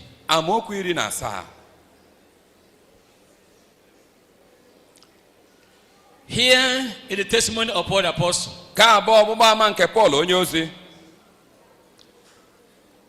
Verse 16 and 17. At my first answer, no man stood with me, but all men forsook me. Verse 17. Notwithstanding, the Lord stood with me and strengthened me, that by me the preaching might be fully known, and that all the Gentiles might hear. And I was delivered out of the mouth of the lion. When the world forsake you, when no man stands by you, the Lord says He will stand by you. The way He stood with Paul, the same way is standing with you at this time in Jesus' name. Mgbe ụwa jụrụ gị, mgbe na onwe onye nọ n'akụkụ gị, onye nwe anyị sị na aga m anọnyere gị. Etu o si wee nọnyere Pọl onye ozi, etu a ka ọ ga-esi wee nyere gị n'ụtụtụ a. Amen. Amen. And Paul says he stood with me Paul sị na ọ nọnyere m because he wanted me to preach the gospel. maka ọ chọrọ ka m kwusa ozi ọma. He wanted the gospel to go from me and touch many nations. Ọ chọrọ ka ozi ọma site n'ọnụ m wee rute mba dị iche iche. For the same reason, the Lord stands by you. N'ihi nke a, onye nwe anyị na-anọnyere For the gị. same reason, the Lord goes with you. N'ihi nke a, onye nwe anyị sokwa gị wee na-aga. For the same reason, the Lord abides with you at all times. N'ihi nke a, onye nwe anyị na-anọgide n'ebe ị nọ mgbe niile. Make up your mind, therefore. Kpebie n'obi gị You are going to be a preacher of righteousness. na ị ga-abụ onye nkwusa nke ezi omume. You will be a preacher of righteousness. Na ị ga-abụ onye nkwusa nke onye ezi A omume. preacher of the gospel of Christ. Onye nkwusa nke ozi ọma nke Kraịst. Can you tell God, Na-agwa Chineke, help me, nyere m aka, help me, nyere m aka, help me, Lord, nyere m aka onye nwe anyị. to preach this Ikwusa- gospel wherever I find myself. Ikwusa ozi ọma ebe ọbụla m nwetara onwe m. Let God hear you. Kpee ekpere ka Chineke nụ olu gị. If you're afraid of making this prayer, something is wrong. Ọ bụ na egwu na-atụ gị ikpe arịrịọ ekpere a, ihe ọ pụtara bụ na o nwere ihe dị njọ. If you're ashamed to make this proclamation, something is wrong. Ọ bụrụ na ihere na-eme gị ime nkwupụta maka nke a, ihe ọ pụtara bụ na egwu dị. If this prayer is heavy in your mouth, Ekpere ka ekpere a bụrụ nke dị if this alụ prayer n'ọnụ. is heavy in your mouth, Ọ bụrụ na arịrịọ ekpere a dị alụ n'ọnụ something gị, is wrong. e nwere ihe dị njọ. Examine yourself. Nyochaa onwe gị. Maybe you have nothing to preach. Eleghị anya, e nwere ihe ị kwesịrị ikwusa. Maybe you cannot preach because you don't know the one to preach about. Eleghị anya, ị gaghị ekwusa maka ịmaghị ihe ị ga-ekwusa. This morning, N'ụtụtụ a, you can know him. ị ga-amara ya. You can know the Savior. Ị pụrụ ịmara onye You nzọpụta. can come near to him to know him. Ị pụrụ ịbịa nso ka ị You wee mara can ya. know him experientially Ị pụrụ ịma ya site na nwachapụta so as to be able to preach him. ka ị wee kwusaa.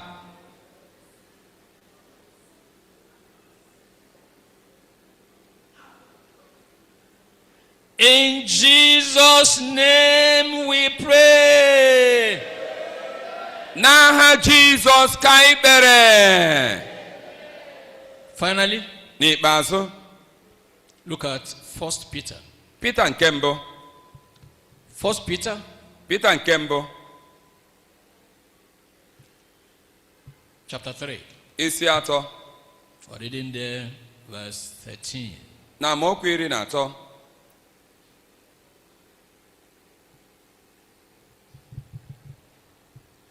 And who is he that will harm you if ye be followers of that which is good? Onye bụkwa onye ahụ nke ga-emejọ unu ma ọ bụrụ na unu ghọrọ ndị na-anụ ọkụ n'obi n'iso ezi ihe. Who is he? Onye bụ onye ahụ? Who is that man? Onye bụ nwoke ahụ? Who is that woman? Onye bụ nwaanyị ahụ? Who is that ruler Onye bụ onye who ọchịchị has ahụ? power to harm you Onye nwere ike imegide when gị you make up your mind to be followers of that which is good? mgbe ị kpebiri n'obi gị na ị ga-abụ onye na-eso ihe ahụ nke dị mma, A follower of Christ, onye na-eso Kraịst, a follower of the Christians, ndị na-eso ndị nke Kraịst, a follower of good things, onye na-eso ezi ihe, a follower of the gospel of Christ, onye na-eso ezi ọma nke Kraịst, a preacher of righteousness. onye nkwusa nke ezi omume. That's the man, that's the woman who cannot be harmed. Ka bụ nwoke ahụ ma ọ bụ nwaanyị ahụ nke na-enweghị ihe a ga-eme ya. And that ought to be you. Ka kwesịrị ka ọ bụrụ gị. Are you? Gị onwe gị, Are you?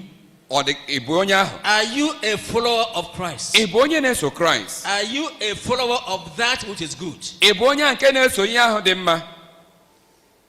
Who is set apart Onye ewepụgoro iche from harm? pụọ na mmerụ arụ, from fires, pụọ n'ọkụ ahụ, from things that could harm. pụọ na ihe ndị ahụ nke pụrụ imerụ arụ. Check up.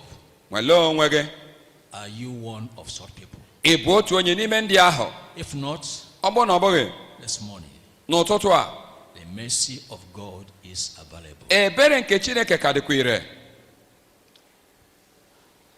In Jesus' name we pray. Anyị kpere n'aha Jizọs.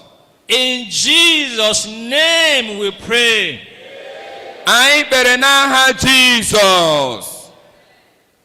Now, looking into your life, Dịka ị na-eleba anya na ndụ gị, can you say with all sincerity, you are a follower of Christ? ị pụrụ ikwu ya n'eziokwu n'ime ala obi gị na ị bụ onye na-eso ụzọ nke Kraịst? You are living the life of righteousness. Na ị na-ebi ndụ nke ezi omume. You are living without sinning. Ị na-ebi ndụ nke mmehie na-adịghị n'ime ya. If not, Ọ bụrụ na ọ bụghị, opportunities available now ohere ọma dị nyere gị ugbu a for you to receive the mercy of God. ka ị wee nata ebere Chineke. You may be a newcomer. Eleghị anya ị nwere ike bụrụ onye ọhụụ You n'etiti may anyị. be an old member. Eleghị anya ị nwere ike bụrụ onye ochie. The question is, Ajụjụ bụ, is your life altogether righteous? ndụ gị ọ bụ nke ezi omume dị n'ime ya? If not, Ọ bụrụ na ọ bụghị, receive the mercy of God this morning. nara ebere nke Chineke n'ụtụtụ a. We need to pray for you. We want to pray for you. A chọrọ ikpere gị ekpere ugbu a. If you are not ashamed Bụrụ na ihe na-adịghị eme gị, to ask for the favor of God, for the mercy of God. maka ịrịọ iru ọma na ebere nke Chineke. When in need of such prayers, Ị bụ onye nọ na mkpa ụdị ekpere dị etu a. in need of the mercy of God, Ị nọ na mkpa nke ekpere nke Chineke. because you know you are not free from sin, Maka na ị maara na ị nweghị onwe gị pụọ na mmehie. humble yourself Wetuo onwe gị n'ala and raise up your hand. ma welie aka enu. Humble yourself, Wetuo onwe gị ala, lift up your hand. ị wee welie aka gị enu.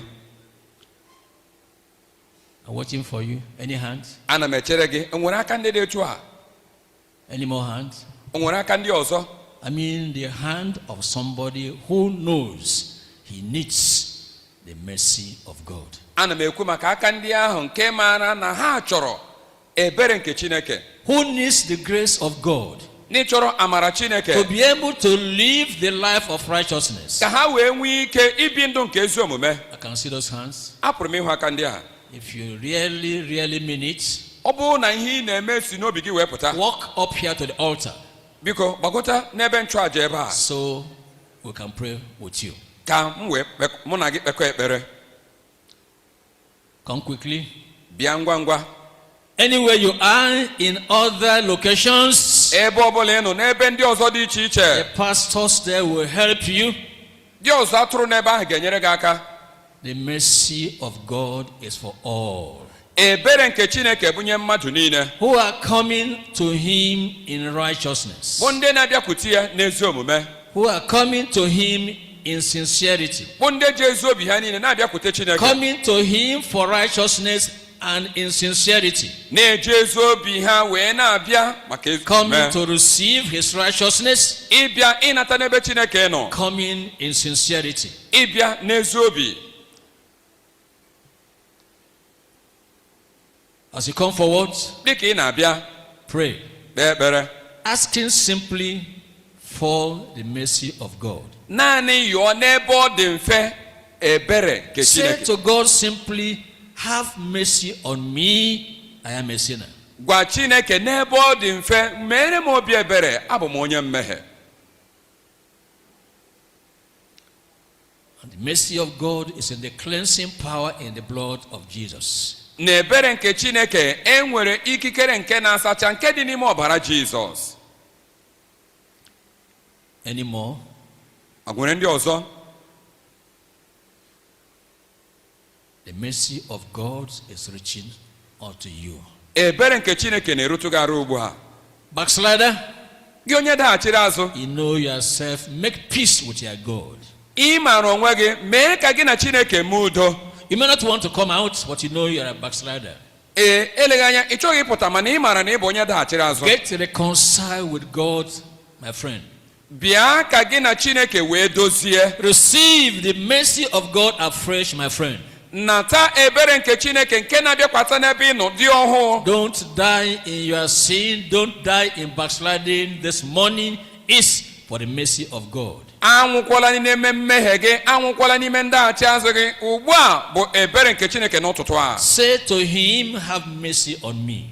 Gwa ya biko nwee obi ebere na. Lord, I'll come unto you in total surrender. Onye nwanyị, ana m abịakwute gị na nchili aka zuru oke. Lord, I'm coming unto you and I surrender unto you completely. Onye nwanyị, ana m abịakwute gị na-enyefechasị onwe m kpamkpam n'ebe ị nọ. I'm coming unto you to receive the cleansing in the blood of the Son of God. Ana m abịakwute gị ịnata ngọzi ahụ nke dị n'ime ọbara nke ọkpara Say Chineke. it with all your heart. Kwuo ya n'ime ala obi gị niile. Receive it by faith, Nara ya site n'okwukwe. and the work of salvation is done. Ọlụ nke nzọpụta ga-abụ nke ga-ewere ọnọdụ na ndụ gị. Ask the Lord to come into your life, Gwa onye nwanyị ka ọ bata n'ime ndụ gị. to come in to stay, to come in to live in you. Ka ọ bata ma biri n'ime gị. With your heart open in total surrender, N'obi ya nke ị mepere na nyefechasị onwe zuru oke. God comes in to Onye nwanyị stay wee bata. with you, to live with you. Bịa nọnyere gị ma biri n'ime gị. In Jesus' name we pray. N'aha Jizọs ka anyị kpere. Almighty God, thank you for these ones right before the altar. Chineke nke pụrụ ime ihe niile, anyị na-ekele gị maka ndị a niile bụ ndị pụtara n'ebe nchụaja a. Thank you for others who are in different places, Ekene dịrị gị maka ndị ọzọ bụ ndị n'ebe dị iche iche who ugbu a. have seen themselves as a people not fit for your kingdom. Bụ ndị hụtara onwe ha dịka ndị na-etozughị oke maka alaeze gị. A people not fit for your service. Ndị hụtara onwe ha dịka ndị na-etozughị oke maka ije ozi gị. A people lacking in your righteousness. Ndị hụtara onwe ha bụ ndị ezi omume gị kụrụkọ na ndụ ha. Lord, I pray, Onye nwanyị ekpe m, all the sins they ever committed, mmehie niile nke ha mere n'oge ndị gara aga, in line with your promise, O Lord, forgive them all in Jesus' name.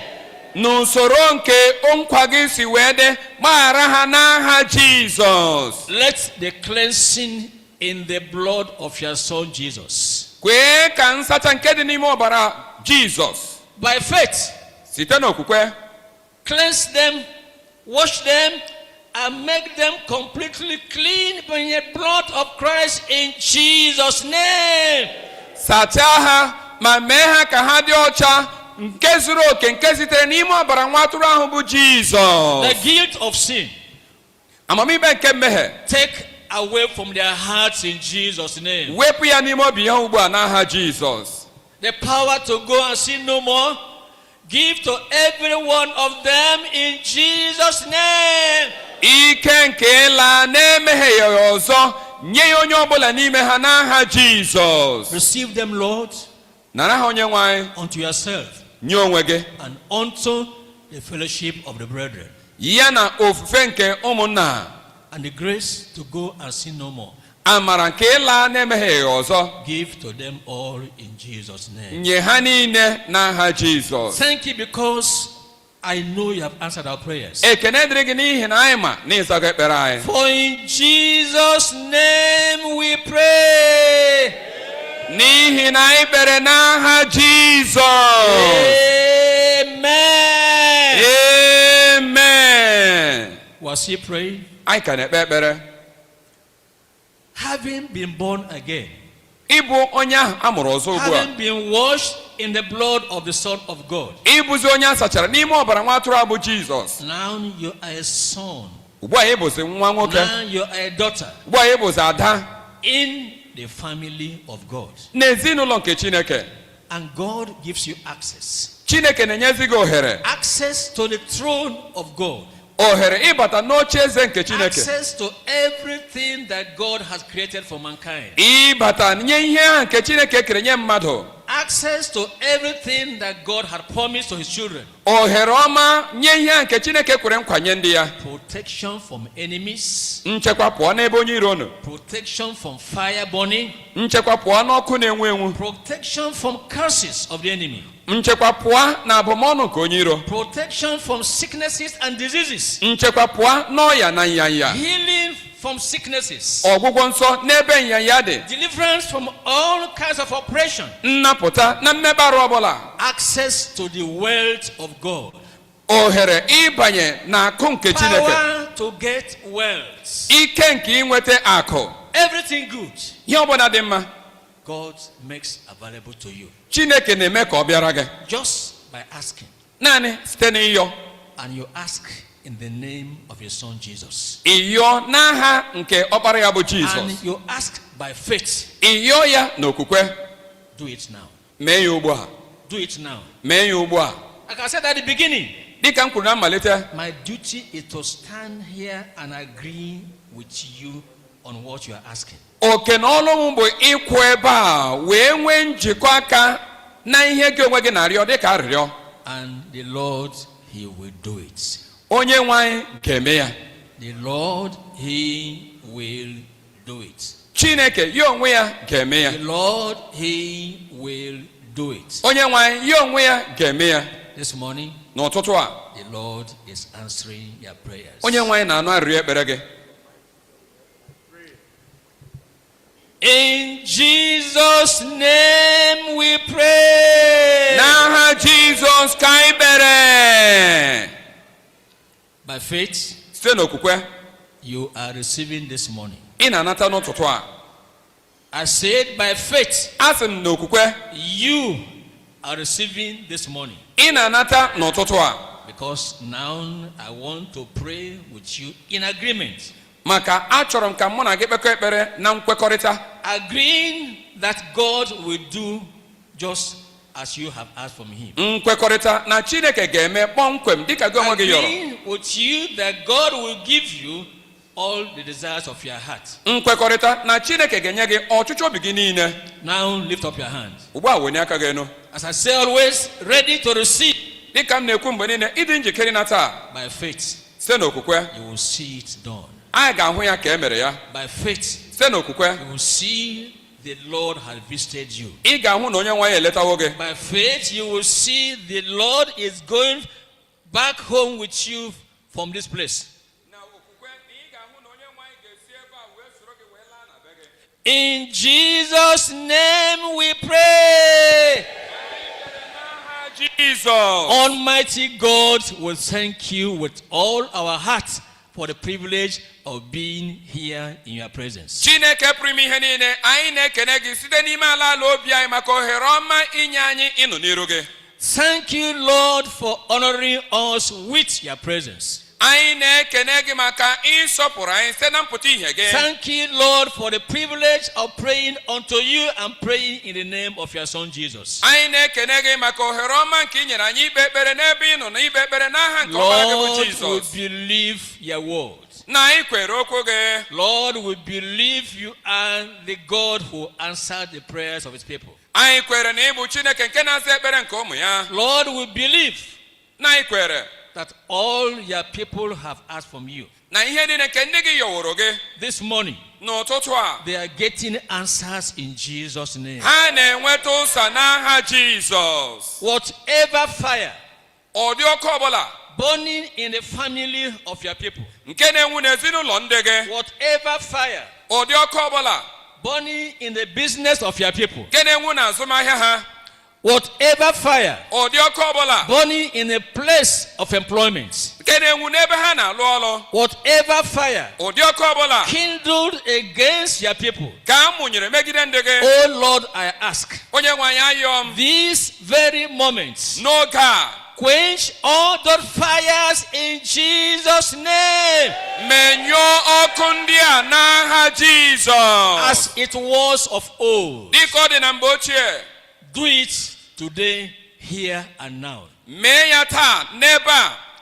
that all these fires, ka ọkụ ndị a niile none of it will have any hurt upon your people in Jesus' name. enweghị nke ga-enwe ike mmerụ arụ n'ebe ndị gị nọ n'aha Jizọs. The fire of poverty, the fire making your people not able to meet their daily needs.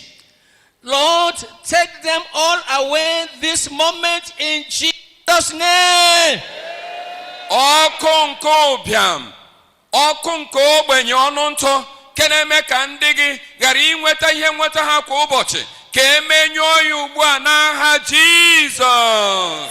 Your word tells us you are the God that gives power to get wealth. okwu gị gwara anyị na ọ bụ gị nwa bụ Chineke nke na-enye ike eji enwe Lord, akụ. as we go from here, onye nwanyị dịka esi ebe a wee na-ala your people, ndị gị, whatever business they are doing that gives God glory, azụmahịa ọbụla nke ha na-azụ nke na-enye gị otuto, whatever they lay their hands on to do for the glory of your name, ihe ọbụla nke ha na-ebikwasị aka ime nke na-enye aha gị otuto, send your prosperity, zidata agamniru gị, send your blessings, zidata ngọzi gị, send your increase. zidata mbawanye gị. Oh Lord, let your blessing overflow to the welfare of your people in Jesus' name. ka ngọzi gị rue dị ka mmiri maka ọdịmma nke ndị gị n'aha Bring Jizọs. a permanent end to the story of poverty in their family, in their businesses, in Jesus' name. weta ya na njedebe akụkọ nke ogbenye, akụkọ nke ụbịam na ndụ ha na n'ezinụlọ ha n'aha Jizọs. Those who have done businesses and they are being owed here and there, Lord, I'm asking, command those who are owing them to run and pay what they are owing your people in Jesus' name. ndị meworo azụmahịa ewee jide ha ụgwọ n'ebe a na n'ebe nke ọzọ, metụ ndị a niile ji ha ụgwọ aka ka ha wee bịa kwụghachi ụgwọ a n'ebe ndị gị nọ n'aha Jizọs. And any of your people who are owing, dị gị niile mbụ ndị ji ụgwọ, Lord, I'm asking, nye nwa ya na m arịọ, open the door. mepee ọnụ ụzọ, Open the door. mepee ọnụ ụzọ, Make your divine provision mee nrọpụta nke si n'ebe ị this nọ moment, Lord, n'oge a ugbu onye for nwe anyị, them to be able to pay all their debts in Jesus' name. ka ha wee nwee ike kwụghachi ụgwọ ha ji n'aha Jizọs. Child of God, the door is open. nwa nke Chineke ọnụ ụzọ Child eghego of God, I say the door is open. nwa nke Chineke a sị na ọnụ ụzọ Enter eghego. in this prosperity, it is for you in Jesus' name. banye n'ọnụ ụzọ nke agamniru a, ọ bụ nke gị n'aha Jizọs. Lord, there are those who are here, o nwere ndị nọ ebe ha, they want to walk, ha chọrọ ịlụ ọrụ, but their bodies are not strong enough to make them to walk. ma arụ ha esighị ike ime ka ha lụọ ọrụ. They are walking, but not to the optimum. ha na-alụ ọrụ mana ọ bụghị dịka o kwesịrị. They can do more than they're doing now, ha pụrụ ime ihe ha na-eme karịa ihe ha na-eme ugbu a, but weakness of the body, mana adịghị ike nke anụ arụ, infirmity in the body, ihe otiti nke anụ arụ, sickness in their body ya nke dị na is disturbing them, is hindering them, and they are not able.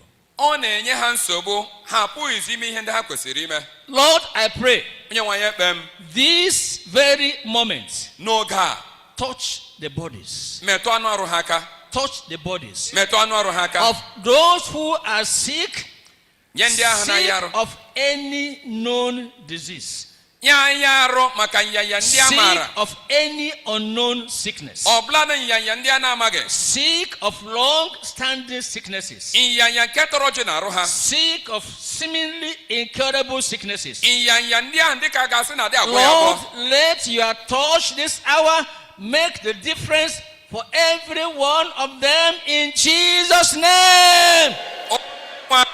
Ka mmetụ aka gị wete ndị iche na-arụ onye ọbụla n'ime. Child of God, nwa nke Chineke, your healing has taken place. ọgwụgwọ nsọ ga-ewere gị ọnọdụ. Child of God, Nwa nke Chineke. God had touched your body with a touch of miracle. Receive it even now in Jesus' name. Onye nwe anyị esetịpụwa aka mmetụ aka nke ihe ịrịba ama nara ọgwụgwọ nsọ gị ugbu a n'aha Jizọs. By faith, as you try your body, as you try, you will see the sickness is no more there. Site n'okwukwe dịka ị ga-enyoga arụ gị nwalee arụ gị ị ga-ahụ na ya ha adịghịzi ebe ahụ ugbu a. Whatever the name of the sickness, n'agbanyeghị ihe ya ahụ na-aza n'aha, the name of Jesus is greater than all those sicknesses. aha nke Jizọs dị ukwuu karịa aha ya ahụ. Arthritis, agba ikpere, pain in your neck, ihe mgbu n'olu, pain in your waist, ihe mgbu n'ukwu, pain on your legs, ihe mgbu n'ụkwụ gị, pain in your eyes, ihe mgbu n'anya gị, whatever it is. ihe ọbụla ọ bụ, Enlarged prostates, ya bụ ihe na-aza aza, enlargement of your prostates, ihe na-aza aza na ruo oke which has gị. been coming and going. This moment, they are gone in Jesus' name. Ịyanya na-abịa n'ala, ịyanya na-abịa n'ala, mana n'ụtụtụ a ọ ga-abịa na njedebe n'aha Jizọs. Sugar problem, Nsogbu nke shuga, nke kidney, liver problem, nke umeju, all kinds of internal problems, nsogbu niile nke ime arụ, internal sicknesses. ọya nke dị n'ime. Receive the touch of the power of God at this time in Jesus' name. Nara mmetụ aka nke ike nke Chineke ugbu a n'aha Jizọs. I say again, Asị m ọzọ, your prayers are answered. na ekpere ga-azawo ya. Any form of demonic oppression, Ụdị mmekpa arụ nke mmụọ ọjọọ ọbụla, receive your deliverance at this time in Jesus' name. nara nnapụta gị ugbu a n'aha Jizọs.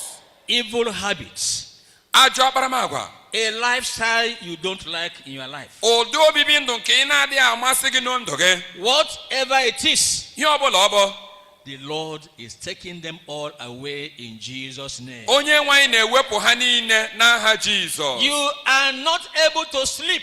Ị pụghị ịlarụ ụra nke ọma. You sleep, you wake, you sleep, you wake. Ịlarụ iteta, ịlarụ iteta. This morning, N'ụtụtụ a, the Lord is taking away the sleepless nights in Jesus' name. onye nwe anyị na-ewepụga n'ebe ị nọ enweghị alarụ ụra nke abalị a n'aha Jizọs. And the Lord is giving you peace. Onye nwe anyị ga-enye gị udo. Peace at night. Udo n'ime abalị. Peace in the day. Udo n'ehihie. Peace along the way. Udo n'okporo ụzọ. Peace in the place of business. Udo n'ebe ị na-azụ Receive ahịa. his peace even now in Jesus' name. Na-arụ udo ya ọbụladị n'ugbu a n'aha Jizọs. Peace in your family. Udo n'ime ezinụlọ gị. Between husband and wife. N'etiti di na nwunye. The peace of God comes to stay. Udo nke Chineke na-abịa ịnụ. Between parents and their children. N'etiti nne na nna na ụmụ ha. The peace of God comes to stay. Udo nke Chineke na-abịa ịnụ. I pronounce the peace of God in your family henceforth in Jesus' name. Malite ugbu a wee gaba na m ekposa udo nke Chineke na ezinụlọ unu n'aha Jizọs. Whatever belongs to you Ihe ọbụla bụ nke gị in the place of work. n'ebe ị na-alụ ọrụ. Denied promotion. Na-agọnarị gị mbuli elu. Denied allowances. Agọnarị gị oke ruru gị. Whatever people are taking away from you because you are a Christian. Ihe ọbụla nke ndị mmadụ na-anapụ gị n'ihi na ị bụ onye nke And they Kraịst. make their boast and say, do what you like. Ha wee nyaa isi wee na-asị mee ihe ọbụla ị ga-emenwu. Go and make your prayers. Gaa kpee ekpere gị. This morning you are making your prayers. N'ụtụtụ anyị na-ekpe ekpere gị. And I want to tell you, your prayers are being answered in Jesus' name. Achọrọ m ịgwa gị na ekpere gị abụrụwo nke a zara n'aha Jizọs. Even in the village, Bladị n'ime obodo. where they want to gang up against you to take what belongs to you because you are a Christian. Ha wee kpaa nkata ịnapụga gị ihe ruru gị n'ihi na ị bụ onye nke Kraịst. The Lord is scattering all their gang up and all their plans, even now for your sake, in Jesus' name. Onye nwe anyị na-aghasasa nkata ọjọọ niile ha na-akpa n'ihi gị n'aha Jizọs. Brother, this morning you have a testimony. n'ụtụtụ a nwanna nwoke ị ga-enwe aka Sister, ọgbama I say this morning you have a testimony. nwanna nwaanyị asị m n'ụtụtụ a na ị ga-enwe aka Only ọgbama have faith in God. naanị nwee okwukwe na Chineke Your prayers are answered in Jesus' name. ekpere gị azawo ya n'aha Jizọs. Lord, we thank you nye nwaanyị anyị na-ekene gị that you are our God. na ị bụ Chineke anyị. So much has been mentioned, ọtụtụ ihe ka e kwuworo yet more are not mentioned. ọtụtụ ka a na-ekwubekweghị And you know them all. ị makwara ha niile For the good of your people, maka ọdịmma nke ndị for gị the growth of your kingdom, maka otuto nke for alaeze the gị progress of your kingdom. maka agamniru nke alaeze That is why we are here, Lord. ọ ya mere anyị ji nụdebe onye nwe anyị With what you have done, Lord, na ihe ị meworo onye nwe anyị oh, for grace to live for you. amara iji wee biere gị Oh, ndụ for grace to serve you the more. amara iji wee fee gị ofe karịa Lord, do it for all of us in Jesus' onye name. nwe anyị mee ihe nye anyị niile n'aha Jizọs. Send us, Lord, zipụ anyị onye nwe anyị with your joy. n'ọṅụ gị Send us, Lord, zipụ anyị onye nwe anyị with your power. n'ike gị Send us, Lord, zipụ anyị onye nwe with anyị a willingness to do your will. na njikere ime uche gị And all our days, Lord, n'ụbọchị niile nke ndụ anyị let your blessings abide with us in Jesus' ka name. ngọzi gị nọgide n'ebe anyị nọ n'aha Jizọs. We thank you because we know it is done. anyị na-ekene gị n'ihi na anyị ma n'imego ya. I say it is done. asị m na-emewo ya I mean it is done. asị m na-emewo ya Receive the glory, Lord, in Jesus' name. nara otuto onye nwe anyị n'aha Jizọs. Amen. Amen. Amen. Amen. Jesus, the same yesterday, today and forever. He is the same today. Is mighty to save. The same yesterday, today and forever. He is the same today and mighty to save. He is the same yesterday, today and forever. He is the same today. I'm mighty to save. Jesus the same yesterday, today and forever. He is the same today and mighty to save. Please, we want to tell those that are going out, we want to conclude now. Biko ndị a na-apụ, anyị agbasabeghị, you- anyị na-achịkọta. Organ, please wait. Let's sit down, let's sit down. Ka anyị niile nọdụ ala. All those people that are here with us, today is your first time of joining us. Please, we don't want you to miss in the congregation. ndị taa bụ mbụ ha na-eso anyị na-enwe ofe n'ebe a anyị achọghị ka ifuo n'ọtụtụ igwe mmadụ. Somebody invited you or you come by yourself. Please, can you raise your hand up wherever you are? mmadụ kpọrọ gị God oku bless. ma ọ bụ na God bless you over there. God bless you over there. God bless you over there. Chineke gọzie gị n'ebe ahụ. Somebody invited you or you are here by yourself. Can you raise your hand up very well? ọ bụ na mmadụ kpọrọ gị oku ma ọ bụ na God ịbịa bless you. n'onwe gị Please, can you stand on your feet? Can you stand on your feet? Church, I want you to keep clapping unto Jesus. Keep clapping unto Jesus. Stand on your feet. Stand on your feet. Stand on your feet. Stand on your feet. Please, all the people that are within this role, rise up so that you go at the back. You are welcome. You are welcome. Keep clapping. Keep clapping. Keep clapping. You are welcome. You are welcome. Wonderful. Wonderful. Whatever you are, look at them standing. Wherever you are, we want you to come over here. Keep clapping, church. Keep clapping. Keep clapping. Keep clapping. Wherever you are, keep clapping. Keep clapping. Keep. Are you tired of clapping? Don't you see what I am seeing? Don't you see Jesus in action? Don't you see the miracle hand of God? Keep clapping, keep clapping, keep clapping, keep clapping, keep clapping, keep clapping. Today is your first time. Please, we want you to come and join them. Keep clapping. Yes, they are still. Church, are you not seeing them coming? Are you not seeing them coming? Keep clapping, keep clapping, keep clapping, keep clapping, keep clapping, keep clapping, keep clapping, keep clapping. Are you tired of clapping? They are coming. Please vacate the seat for them. Vacate the seat for them. Vacate the seat for them. Keep clapping. Angels are rejoicing. Our Father is rejoicing in heaven. Keep clapping now. Wherever you are, we want you to come and join this wonderful congregation. Keep clapping. Keep clapping. Keep clapping. Keep clapping. Keep clapping. Today is your first time. Please come and join them. Come and join them. Keep clapping. They are still coming. They are still coming. Put your hands together for the Lord, please. They are still coming. They are still coming. Keep clapping. Keep coming. Keep coming. Keep coming. Keep coming. Keep coming. Keep coming. Praise the Lord. Hallelujah. I say praise the Lord. Hallelujah. Your blessing you have received through our Father and the Lord in this state will remain permanent in your life in Jesus' name.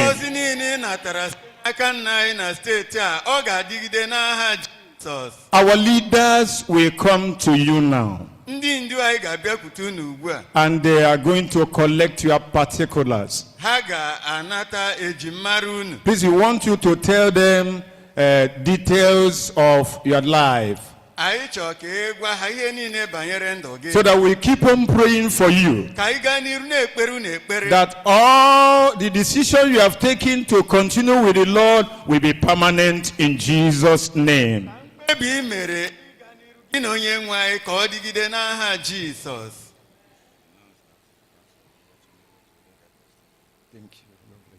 Praise the Lord. Hallelujah. I have a breaking news. I say I have a breaking news. Do something now. Do something now. Amen. Amen. I have a single honor to present to you that our Father and the Lord in the state says that he will be coming here tomorrow to hear your testimonies. Amen. If you want to clap, you clap. If you want to clap, you clap. If you want to clap, you clap. If you want to clap, you clap. Slap the devil. Slap the devil. Slap the devil. Slap the devil. Slap the devil. Slap the devil. Amen. Amen. Today it is wonderful. Tomorrow it will be glorious. Amen. Amen. Today is just the starting point. You are here with your empty vessels, but you are regretting now. Had it been I know, I would have come with a tank. I am here with 20 liters. 20. Tomorrow, carry your tank and come. God will fill it to overflowing in Jesus' name.